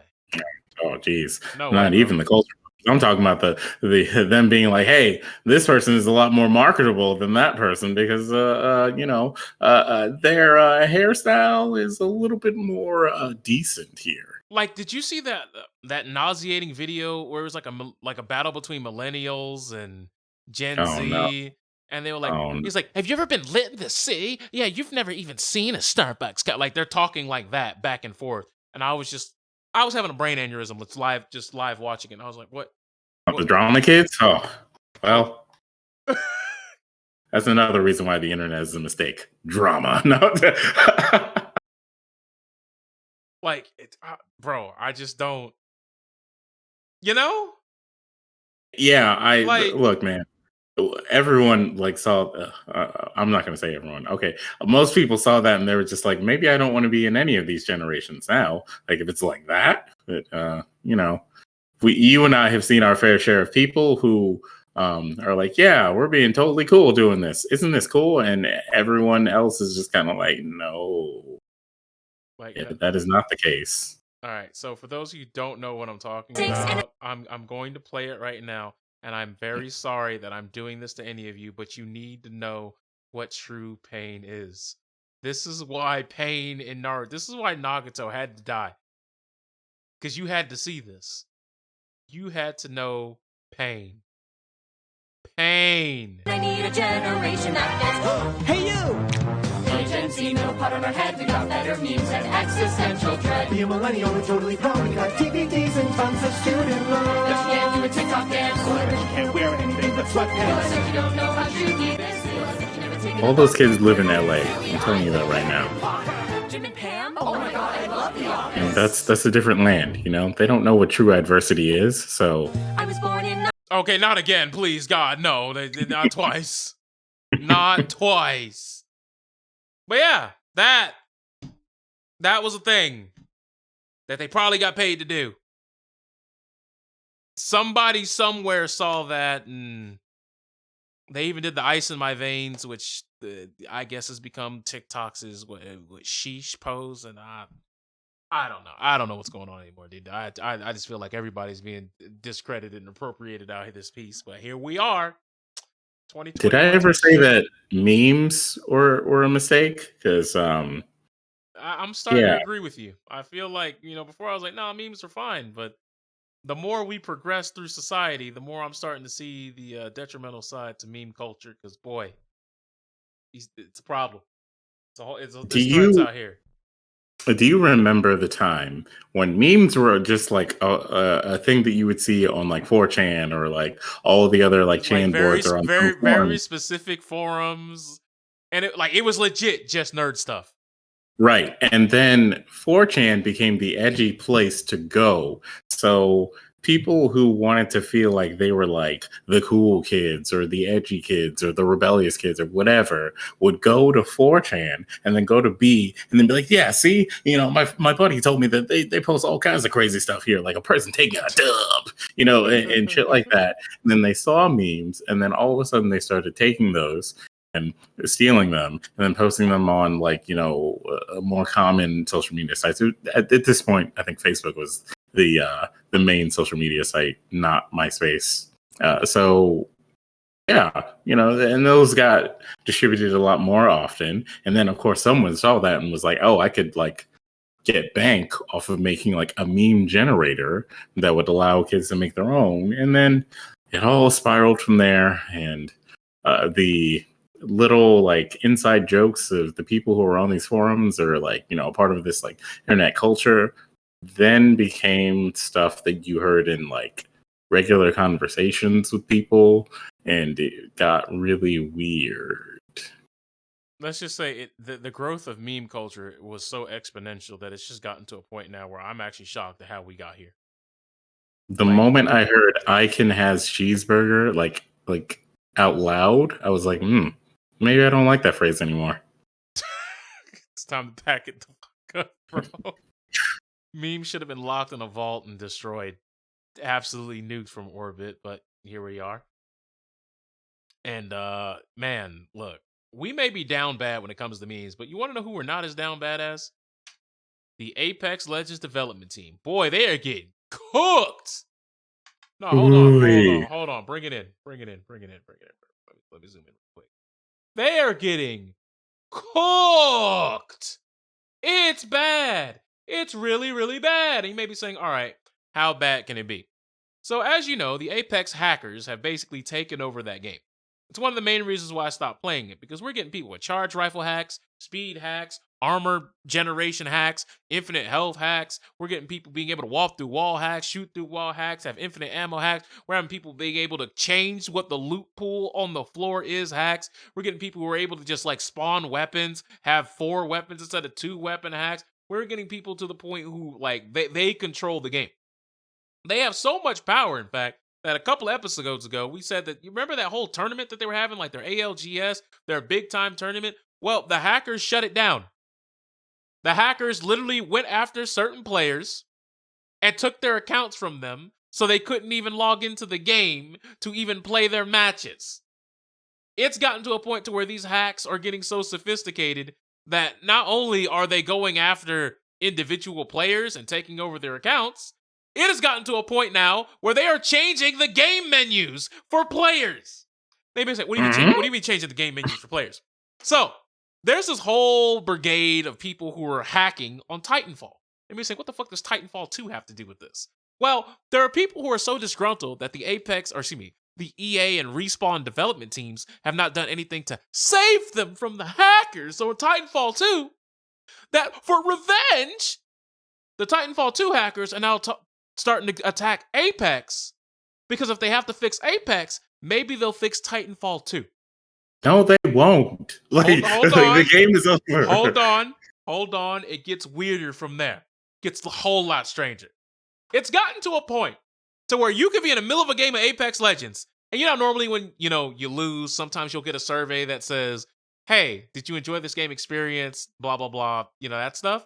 Well, not this time, kids. Now it says, would you like to save Titanfall? And you'd be like, wait, what? Then you hit escape, and then your menu options, when you click Q, there's no longer ranked. There's no longer the seasonal limited time mode. There's no longer quick play. There's no longer trios and duos. It says XXXXXXXXXXX SaveTitanfall.com. It literally takes over your menu. Then if you're trying to play ranked, once you get around plat, it's nothing but like, okay, I won't say it's nothing, but like I'd say 1 out of every 10 games, you're going to start running into people who are DDoSing the servers and crashing everybody so they can get their KD up and make sure that everyone else is AFK in the lobby so they can accumulate points and boost their friends, or maybe they're running a boosting service and, obviously they'll just get on your account, DDoS everybody, get your account to whatever rank you paid them to get it to, give you your account back, and then hopefully you don't get banned. You should be banned, but, from the person who's paying perspective, hopefully you don't get banned. But yeah, that is where that game is right now. Hackers have literally just, they've 100%. They 100% the game. They're changing your menus. They're DDoSing your servers. They're literally just doing everything that you can even fathom to think about doing to get a competitive advantage in the video game. They've got aim bots. They've got super aim bots that immediately avoid headshots to quote unquote be stealthy and avoid detection. They have body prediction, and it's like all this is happening, and an Apex development team goes, hey guys, we got a new event coming your way. And it's just like, who cares about the event? Your game is in shambles. Your game is being nuked it is being held ransom by Titanfall players. Look, please don't bring that up to us. We're doing our best, all right? We can't do it, man. We can't save Titanfall, and we can't save Apex, and it's a free-to-play game, guys. Like we just wanted to make some money, please. Make some money. You charging us $50 for skins. The very least you can do is make sure the game that I buy the skin in works, and that's the least you could do. All right. Look, man, I haven't seen my wife in like 50 days. Please, if you stop complaining about this, maybe I'll get to see my kid. Maybe I'll get to see my kid turn. I haven't got to finish a game in 50 days. What the fuck you talking There's no way that the devs have got to be addressing it in some kind of way, but like, Where's the thing? There's been 3 patches that have come out where they've said, "Oh, we've taken a look into this hack and da da da da da. We fixed it." Same day. They're doing it again. it's a complex situation, you know? Like, how do you test for a hack? Look, man, I'm not saying that they're ever going to get it perfect or they're ever going to get it right because plenty of games have hackers. But somehow Valorant, somehow League of Legends, somehow all these other games out here have been doing it to a much better degree than Apex Legends has. And let me tell you another thing. Let me just tell you another thing. They don't have Titanfall 2 fans who are Hold on. disgruntled. Here's the other thing. Here's the other thing that kills me about the Titanfall 2 thing, right? They were like, Titanfall 2 needs to be saved. Save us from the hackers. And it's like, whoa. You mean save them from you? Right. Because if you could do this to Apex, I can only imagine what you're doing to a game that isn't even being watched by development teams. If you could do this to Apex, you could actually just save Titanfall 2 yourself. Y'all could literally become the deleters. What's that? They're hacking. Get rid of them. Mm-hmm. Y'all could smoke them yourself. So I'm really confused on like who is this supposed to like? What is this weird 5-head nth dimensional play that they're taking? Like it's just weird to me, and it's at a point now where if you look at my game list on Steam, Apex Legends is uninstalled. Y'all know I love me some Apex Legends. I was an Apex Legends fiend. I would stream it like a lot. There was a point in time where I was streaming it more than I was playing MK when MK was one of the mainstays of my channel. It's not on my computer anymore. There's only so much that you can watch a game that you like slowly deteriorate into a point to where it's almost unrecognizable from its heyday. So, hey. Well, hey, man, you can play it on console, right? Yeah, buddy. Nah, but you want to know what's worse? Remember, console has crossplay. I'm not safe. Oh, I'm sorry. I'm not safe. Well, yeah. Fight back. I can't. Time to pack it up. Definitely. Oh my God, I forgot what I was going to say before this now. Shit. Well, yeah, I don't know, man. Like, there's not really much that can be done besides like the dev team figuring out how to deal with hackers fucking up their game, which would probably take a hacker on their team to really like figure out how to deal with all that. But who knows if they can do that? And you know what's really bad about it? What? This season they came out with a new gimmick and they brought back Skulltown, and people still don't want to play. Well, you know how disheveled that game's got to be when they bring back Skulltown? Definitively the only Super Omega S Plus tier area in the entirety of that game's loot pool, drop pool, map pool, location to be. Oh, I remember bring that back, and I don't want to be in there. Come on, bro. You know they taking an L. Look, here's the message to the hackers. All right, there is a game called Dota that started an entire new genre of games, and it was a mod to a game that people already love playing, who maybe some were disgruntled with. If that could happen, like if some people could just get band together and like just create a new game out of an existing game, you can definitely band together and fix Titanfall 2 yourselves, because obviously the company is not going to do it for you.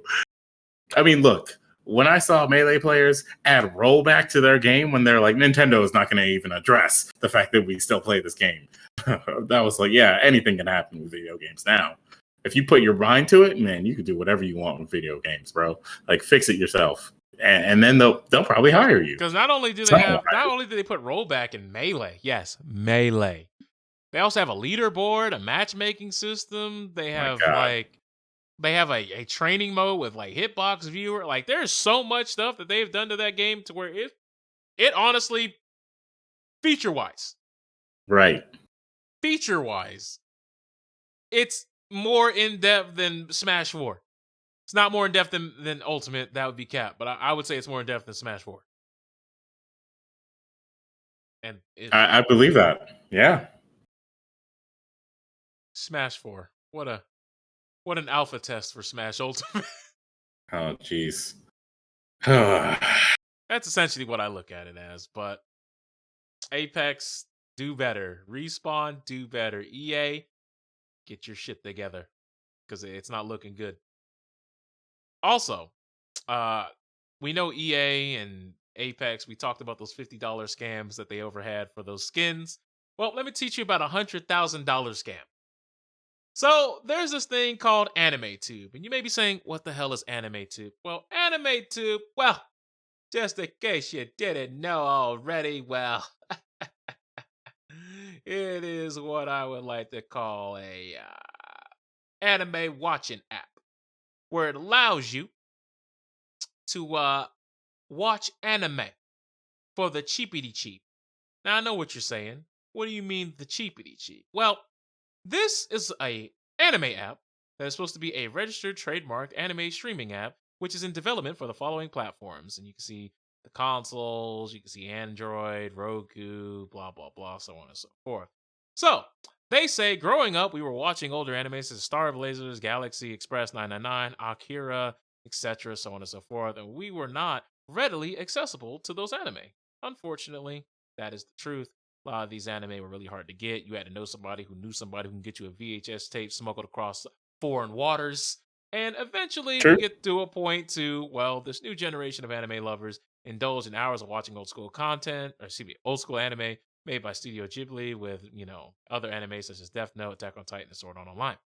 Now, know what you're saying. All right, so they're trying to make a streaming service. All right, that's pretty neat, right? Well, they're also going to have subscriptions. For 99 cents a month, you can watch 100 shows. We don't know if that's 100 different shows or 100 different episodes, but we're going to assume that's episodes due to these number counts. For 500 shows or 500 episodes, you can pay $1.99 a month or $20 for the year. And as you can see, the numbers break down, yada, yada, so on and so forth. Now, you may be saying, all right, this sounds like too good to be true. What the fuck is going on here? What's the gimmick? What is the mix? What is this 50-50 that you're about to hit us with? Well, get ready to block that overhead, kids, because it definitely gets weird at this point. So, as we know, AnimeTube right now in its original form started off much like Crunchyroll did as a piracy app, where it just takes anime from various other websites and basically just free bootlegs them to anybody who doesn't want to pay for anime streaming services, whether it be Funimation, Crunchyroll, etc., so on and so forth. But what they're trying to do here is not only build an app, but they say that they're in negotiations with various other studios, directors, in order to get licensing rights in order to fund this whole endeavor, right? And get this whole thing going. Well, it got weird real fast. Because to sum things up, we would just take everything and go directly in order. They claim to be working with Sound Cadence Studios to create English dubs. They haven't been working with them. They've been outed. They haven't. They advertise their service with shows like Death Note, Attack on Titan, Sword Art Online, things that they don't have licensing rights to. They claim that they were in talks to acquire the rights and stream shows like Dragon Ball Z, Evangelion, and several Studio Ghibli films, which they weren't. Some people who work at some of these companies were saying, "You sent us an email and you tried to contact me on LinkedIn and I didn't answer you. Why are you putting me as in we're in talks? That is not what in talks means." Now, keep in mind, they wanted 50,000. This Kickstarter has already made 100K. They've already made the money.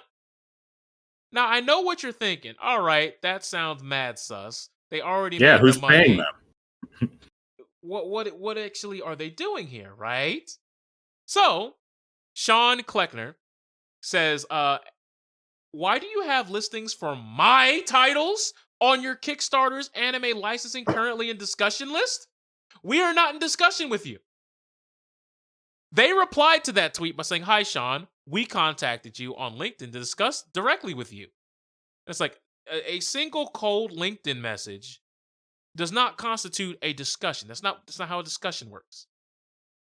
Then it continues to get even weirder because then the person who is running the Kickstarter comes out and says this wall of text.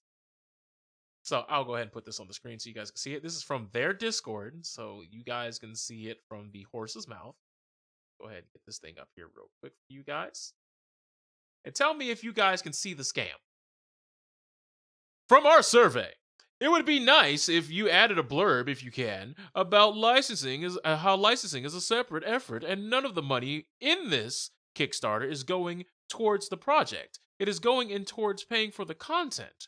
It would also be good if you indicated that you have licenses or will soon have negotiated. I have seen many people comment outside of KS that they think that this isn't legit and you are stealing or offering content with simple links to questionably licensed YouTube streams. KS being Kickstarter. This is incorrect. This is where the guy who's running it is responding. That was from somebody giving a survey answer of saying, "Hey guys, this looks sketch. This looks sus. What's this really doing?" So George Gameface says, "This is incorrect. Some of the money is going towards licensing. People are under the false impression that it takes an enormous amount of money to license for streaming because streaming companies are still under strict non-disclosure agreements. You won't find any of this information out there regarding streaming licensing, but there is information on distribution licensing, which includes taking a show that isn't dubbed and dubbing it. You then have the rights to box it up, sell it on Amazon, for instance. Yes, distribution requires large upfront fees. Streaming is different. The bottom line is that no one outside of the people doing the contracts knows what are in the contracts. There is a single lawsuit from like 15 years ago that has information on distribution licensing contracts. The people who know will not talk about it. People on Reddit and forums also do not know, but there is an interview with Kung Gao, previous CEO of Crunchyroll, where he hints that streaming licensing requirements, our contracts may be different from Crunchyroll's contracts, but the industry is changing, and that is all we can say about this matter. Which is then followed up by, we clearly priced out the cost of travel, legal, and business development fees to cover the costs of licensing on our page. The rest we will not be able to talk about due to the aforementioned NDAs. When we go for distribution and dubbing rights of shows, it may require 2 to 3 more Kickstarter campaigns. But after 2 or 3 more Kickstarter campaigns, we should have sufficient revenue to bid on our own, and then they will probably fall like dominoes, especially when people start coming to AnimeTube because it's a superior product and service for anime enthusiasts." What the hell's going on here? What is this? Scam. It's a scam. That's all it is. Like, here's the thing. Like, I won't go and say it's a full-fledged scam just yet. I will. Because, like, even then, like, maybe these are just people who are just really shitty at business and don't know how business works. A word? With the business of providing anime to people on the internet, where there's already a huge majority of people who know where to go to get their anime, free or not free. Now, do you want to know what their hook is supposed to be? Go for it. Tell me. All right, man. What's the hook? All right, here's the hook. Let me go ahead and put this back on the screen for you guys. So in the Kickstarter, their hook is supposed to be, not this, here we go. That their whole thing is going to be, it's going to be free with ads. It's going to have ad-free with subscription. You're going to have an AI virtual assistant in your app, in-app manga, and a chat feature. What does this mean? So anime chat on the side, very basic thing that a lot of piracy websites have these days. But they want to have an AI virtual assistant named Aimi-chan, which assists users with full knowledge of our library. Aimi-chan is AnimeTube's original character, Do Not Steal. Read more about her in the next section. So, essentially, what they're going to have is this thing here, and she's going to be researching AI that's going to assist the customer base. We came up with the innovative concept of an AI virtual assistant. The AI will be able to help you find content, build a show and movie queue. It's going to be able to have Q&A capabilities. You can ask Aimi-chan a question. So basically, this is going to be like their whole Cortana system, but for anime, for weebs. Cortana for weebs. And it's going to be able to connect and converse with users. This is one of the boldest claims yet. Through natural branded anime-style speech. I don't know, something about that phrase cringes me every time. Japanese? No, Aimi-chan will be able to converse with users and connect with them on an emotional level. Ew. Also, it's a VTuber. Yes, they get to that. 3D rendering and animations for Aimi-chan's conversational reactions and emotions. If we reach our stretch goal, we'll render Aimi-chan in 3D. Aimi-chan will then be fully animated with 3D emotional responses and reactions to the conversation. Think VTubers with an AI running the conversation. They just blew out my ears. I am so sorry, stream. That was louder for you than it was for me. I'm gonna tell you that shit right now. I just died. Anyways, this is their that's it. That's gonna be on your screen when you boot up this app. It's gonna be like, hello, Sub Twitch, how are you? Are you doing okay? And it's gonna do the little head tilt with the peace sign. It's gonna happen. That's it. That is what they're trying to sell to you. And they've already made 100K. They have already made twice their goal. And keep in mind, zilch of this is going to bring this product to 100% fruition. They're still going to need another Kickstarter or 2 or 3 in order to actually bring this to you, and they've already made twice their stretch goal. It's not looking good out there. It's not looking strong. Who's paying these people for like? Oh my god! Look, knowledge is power, ladies and gentlemen. Knowledge is power. All right. So, to all of you out there, do your fucking research. First and foremost, if you are paying for a Kickstarter for someone who says they're going to stream anime that you can literally get on Netflix, Hulu, Crunchyroll, and other websites right now, reassess your life. Like, just reassess. Like, sit there and be like, why am I doing this? But here's a nuanced part of the conversation that I don't think anybody's really talking about. So a lot of these companies and people who own licensing and distribution rights, they're very stingy and they're very strict about what you can use as a price point. Sure. I don't see too many of them want to give up their anime for, what was that? 99 cents for 100 episodes? Yeah, good luck, pal. Good luck getting any of them to agree to that. I mean, they're not going to. Like, that's besides the point at this point, because, like, let's say somehow this person acquires these things because they're out there. You could just download them. Whatever, right? This person who these people who are a part of this organization for this anime website that is going to give you the anime VTuber experience with their AI, which doesn't even seem like something that would really work.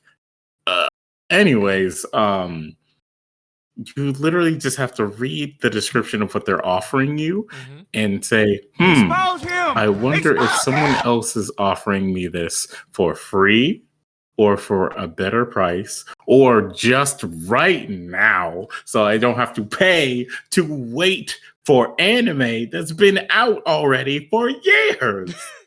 Like, what is the point? And why would you contribute? Does this person like know the people who are like giving them the money? Like, why would you think this makes sense? Why would you do all this for some girlfriend AI that you could literally just go on Twitch and find in like 600 other streams right now? I can recommend you streams if you really think that you need to find yourself a VTuber who will connect with you, or a streamer who will connect with you. And one of them is the best soul player in Guilty Gear Strive. I mean, there is that as well. So, yeah. There are real girls, and then there are, 2D girls on Twitch who can give you the experience that you were looking for without you having to pay however much dollars you're paying to this person. You can pay half as much, and you'll get a better experience. So, yeah, and yeah. See, let's not even address the fact that they can just pay in real life to get whatever experience they're looking for here, because there are people who offer that as well. Let's respect sex workers a little bit more out here, please, because they deal with the people who are contributing money to the scam. This whole thing genuinely reminds me of that dude who tries to overstate his relationship with a girl he might have waved hi to, and the girl went, "Hello, I guess," and moved on. He'd be like, "Yeah, that's old shorty down the way. We've been talking for a couple months now." And that's the lie he tell you. That's what it seems like. Yeah, we've been in some talks. You sent a DM that they have not read. I had no intention on reading. Come This is on, bro. exactly why it's good to go outside, because see, then you can have these life experiences with these types of people, and then you can see it right away. When you see it in text form with this company who is clearly that person, you can be like, oh, I've met you before. Yeah, there's no real girlfriend on your website. Nice try. I'm keeping my $500 to myself. Like, I'm gonna buy a PS5. Like, like you could do anything other than this. Like, anime is not worth it. I Because promise it's the you, thing. anime is not worth it. Here's the thing. They clearly lied about having talks. It got to a point to one of the people who they got to make the promo art has since refunded all the money that these people paid them to make the art for them, and just dipped out like, hey man, y'all actually are sketch. You know how sketch you got to be for your artist to give you back your paycheck? Well, That's tough. That's tough. But the other thing that's tough about it is they even have a risk and challenges section down here where it says our competitors have been around for several years and have licensing rights to a significant number of anime shows and movies. However, we are being assisted by Hironori, a highly successful Japanese business developer, and together we have a great strategy for quickly obtaining the licensing rights. I don't know why I say obtaining licensing rights. In addition, we have met with a representative of the largest conglomerate of anime producers in Japan and provided with an in-depth look at our vision and our goals. AnimeTube, after the meeting, we have been given their full approval and commitment to assist us in acquiring licensing of Japanese anime. Last of all, we have already met and have several meetings scheduled in the near future with anime production companies in Japan. Software development sometimes has unexpected delays, although we expect to beat out our timeline once our campaign is funded and we can work on the project full time. So they're not even walking on it full time right now, and they have 100K in donations. Strange, mm, isn't it? strange. Yeah, sounds a little bit like they're just trying to see if this scam will work, and it is working. You know that one guy who like on his Instagram, he's got pictures of him next to expensive cars, and maybe And don't a bunch of his own pictures. not one of them. Yeah, maybe like a bunch of his pictures are him in like suits and whatnot, and like he tries to make it like appear as though he is a very rich man. It may say CEO in his bio, even though he is the CEO of a pyramid scheme company that is used with pyramid selling. It doesn't matter. He's still a CEO, guys. He provides that illusion. Some people are going to fall for it. Others will look at it and be like, this guy does not have a lot of money at all, but he wants you to think that so that he can get. Nah, man. Some of these people, the only time they've ever been anywhere near a CEO is when they attend Community Effort Orlando. That's it. Hey, man, that doesn't matter. See, it's all about the illusion, right? I mean, look at this anime tube company. They're making buku amounts of money over here, and Like, they don't have a product. You showed me a video a couple of weeks ago about some dude who was homeless, but he pretends like he's got stuff going on. He's got fake jobs. He's got like 17 different girlfriends. There was that, and then there's also there's an episode of the show High Maintenance about a woman who would swipe with people on on Tinder so that she could show up, hook up with a guy, and then just kind of like subtly worm her way into like staying at his place for the night, and then she'll stay another night, and then she'll just keep doing it for as long as she possibly can, and then once the dude realizes, whoa, I don't think this girl actually has her own place, then she dips and she finds the next dude and keeps doing it. And that woman had success. She found a rich dude and she basically became his sugar baby because she stayed in his home all the time while he was at work doing whatever, and he spoiled her. Those people exist, and they create this anime tube scheme here to steal your money. And all you need is Tinder, man, because dudes, dudes will give up a lot for nothing. I'm gonna tell you that right now. That is what Tinder has taught me. Hey man, it's hard out here. I got some homies who were so down bad during COVID, man. They bought what's it called? Tinder Premium. Oh geez. No, no, the other one. There's a higher Tinder Gold. There you go. They bought gold, bro. They was down quite colossal. Cause ain't that like what, like $20-something a month? Like how much is it a month? Yeah, I think it's been raised to like $40 something a month now. Huh? 20 between 20 and 40. Tinder Gold.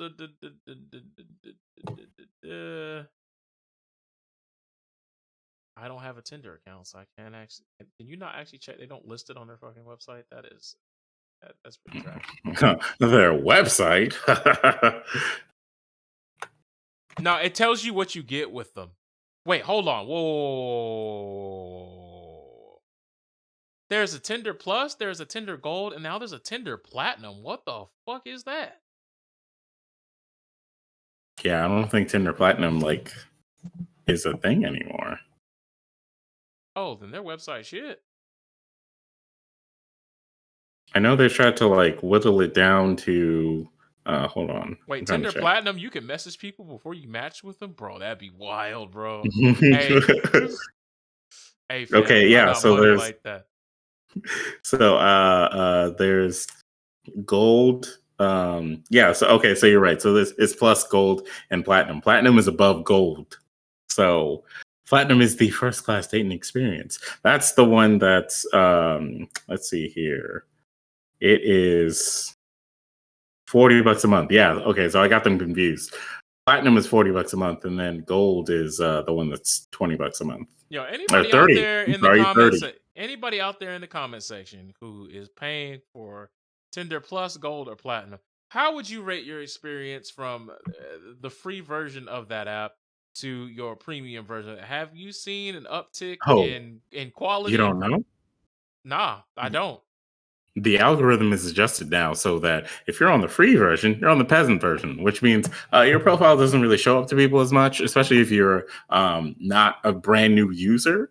And the people that you do see may not even be active on Tinder, Oh. like in the last like couple of months or whatever. They just show you, you know, whoever. And in some cases, like based on your location settings, they'll just like not show you certain people that are actually in your GPS like range or whatever. Like people who are like 5 miles away and you have it set to 10, they're like, nah, there's nobody here to show you anymore. Sorry, maybe you should get a Tinder Platinum to have the real experience. Control who you see and who you talk to. Damn, bro. You get smoked.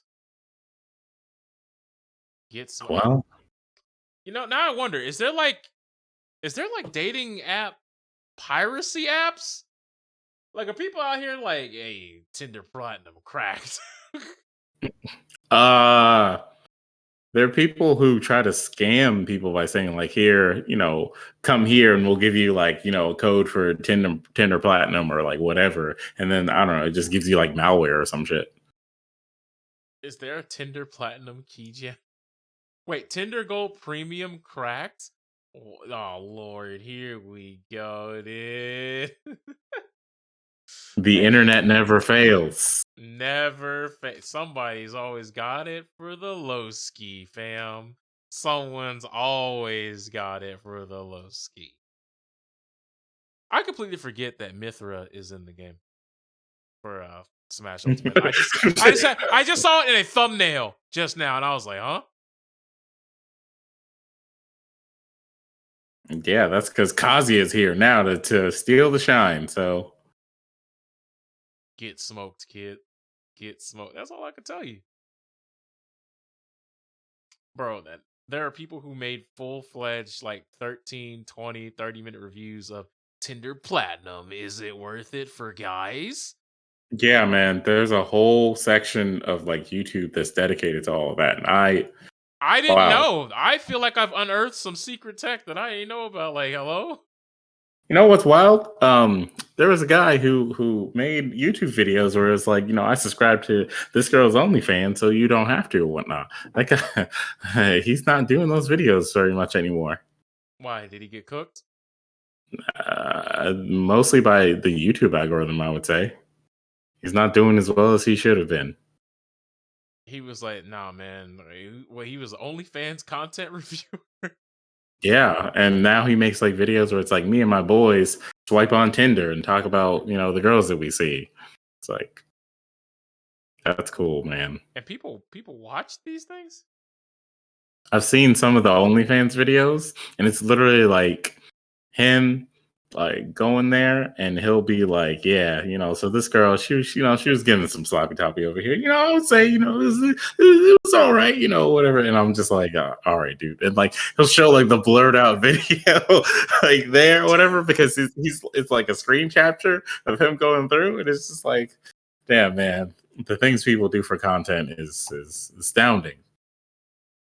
I feel like we're at that point where you just shake your head and just go, all right, y'all bugging, bro.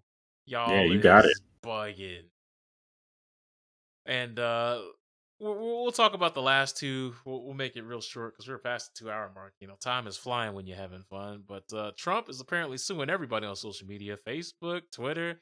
Don't matter. He coming for you because he's been banned. And I understand that some people are like, yeah, Trump, you give him hell. And it's just like, look, fam, look, let's bring it in. Let's get real nice and snuggly bugly.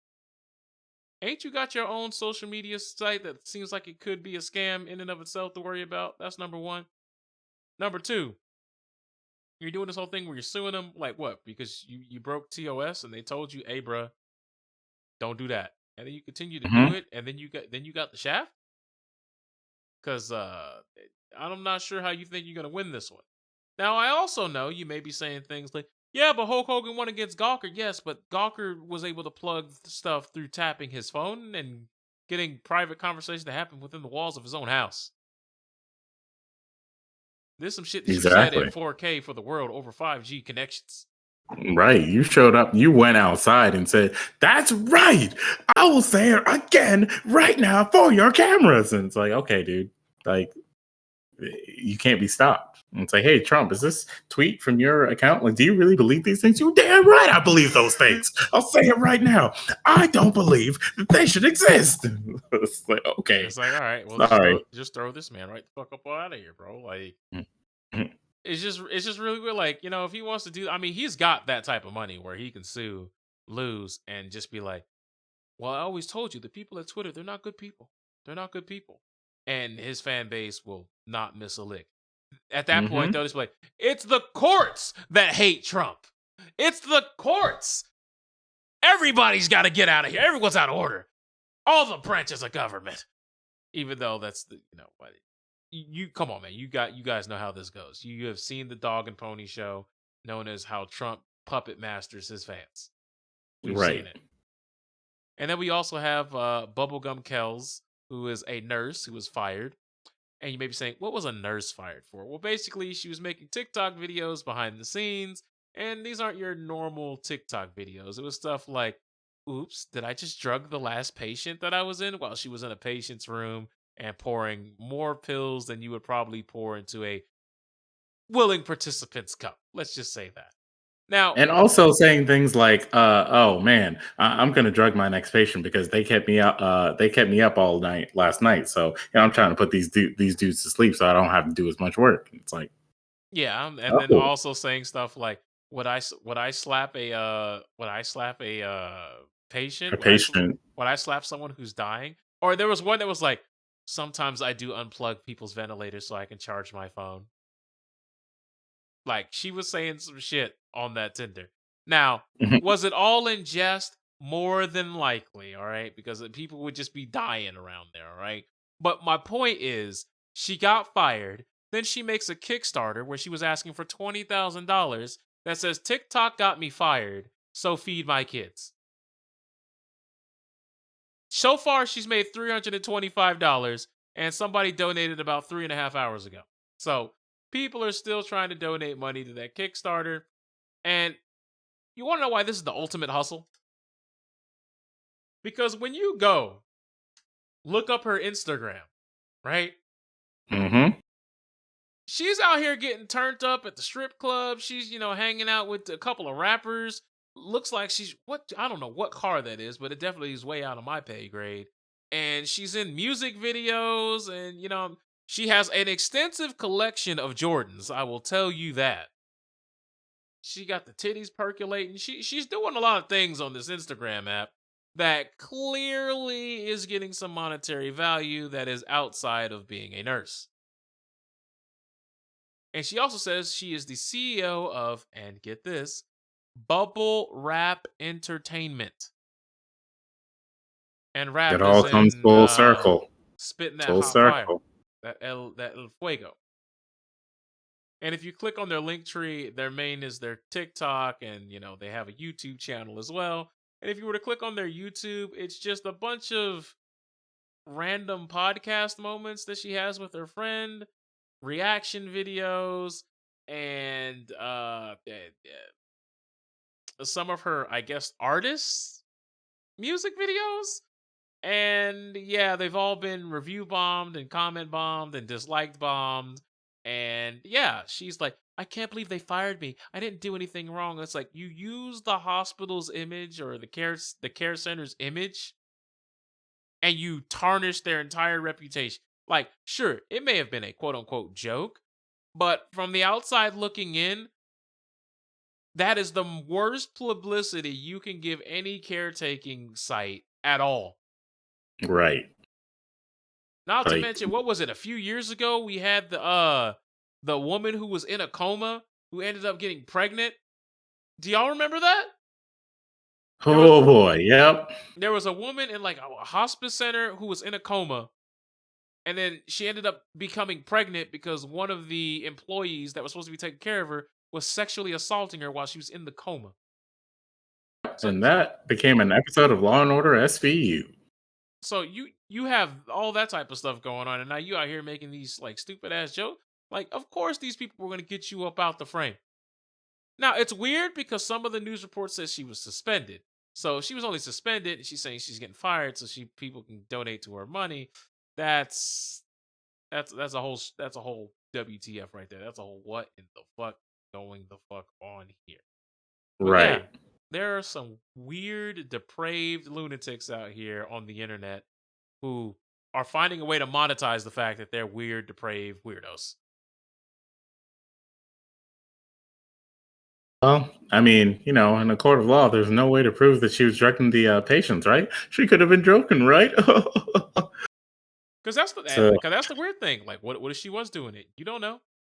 There's no way to actually prove it. She hasn't said that, so it's safe to assume that she wasn't joking because she had not once been like, "Why are y'all doing all this?" I was just, I wasn't being serious. Blah blah blah.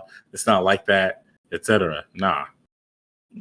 So maybe her job found like actual proof, but if they did and she's just suspended and not fired, then we gotta look a little sideways at that facility as well. Well, you gotta look at the whole facility from top to bottom and be like, "No, we throwing y'all all the fuck up out of here." But that's something that corruption would have to uncover, and our system is not like that yet. It'd have to be a full-fledged investigation. But Bro, we can't even investigate the riots from the 6th, and the New York Times put out a video that was like, "This is exactly how they did it, guys. This is how it worked. You see this isn't this and this. This is like exactly how it worked." Like, what are you talking about? You just have to follow the plot threads, guys. Come on, man. It's all right here in the book. How to Be a Stupid Idiot in January, Part 1, Mhm. Volume 1. Right. But yeah. That being said, we appreciate you rocking with us on the 41st installment of Clout.WAV. Like I said, we're actually getting really close to episode 52. You know what I'm saying? We're almost to the Ray Lewis episode, guys. We're almost there. We're almost there. And I will make a Ray Lewis reference on that episode. Why? Because fuck you, that's why. Because fuck you, that's why. All right? Now, I know some of y'all been saying, actually, isn't that your anniversary episode? Yeah, that's the joke. Won't be about Ray Lewis. It's our anniversary. 52 weeks strong. But that being said, you want to take us out on this one? No, man, you can go ahead and do that this time. I had the last one, so I'm gonna let you bless these people. But I will say before you do, the internet was a mistake. Also, YouTube kind of sucks. I literally uploaded a video. Right. I uploaded a video, and within minutes, flagged 4 times. Blocked. 4 times. Now I gotta wait for a dispute, which can take up to 30 days, which means I just gotta sit and wait. Yay. That is the price you pay when it comes to being a content creator. But anyways, thank you guys for coming out. If you like what you saw, you know what to do. Go ahead and follow us at our socials, which will be in the description below. And once you do that, make sure that you go ahead and like a video or two. Go ahead and peruse the content, see what we can bring for you in the future outside of this amazing podcast.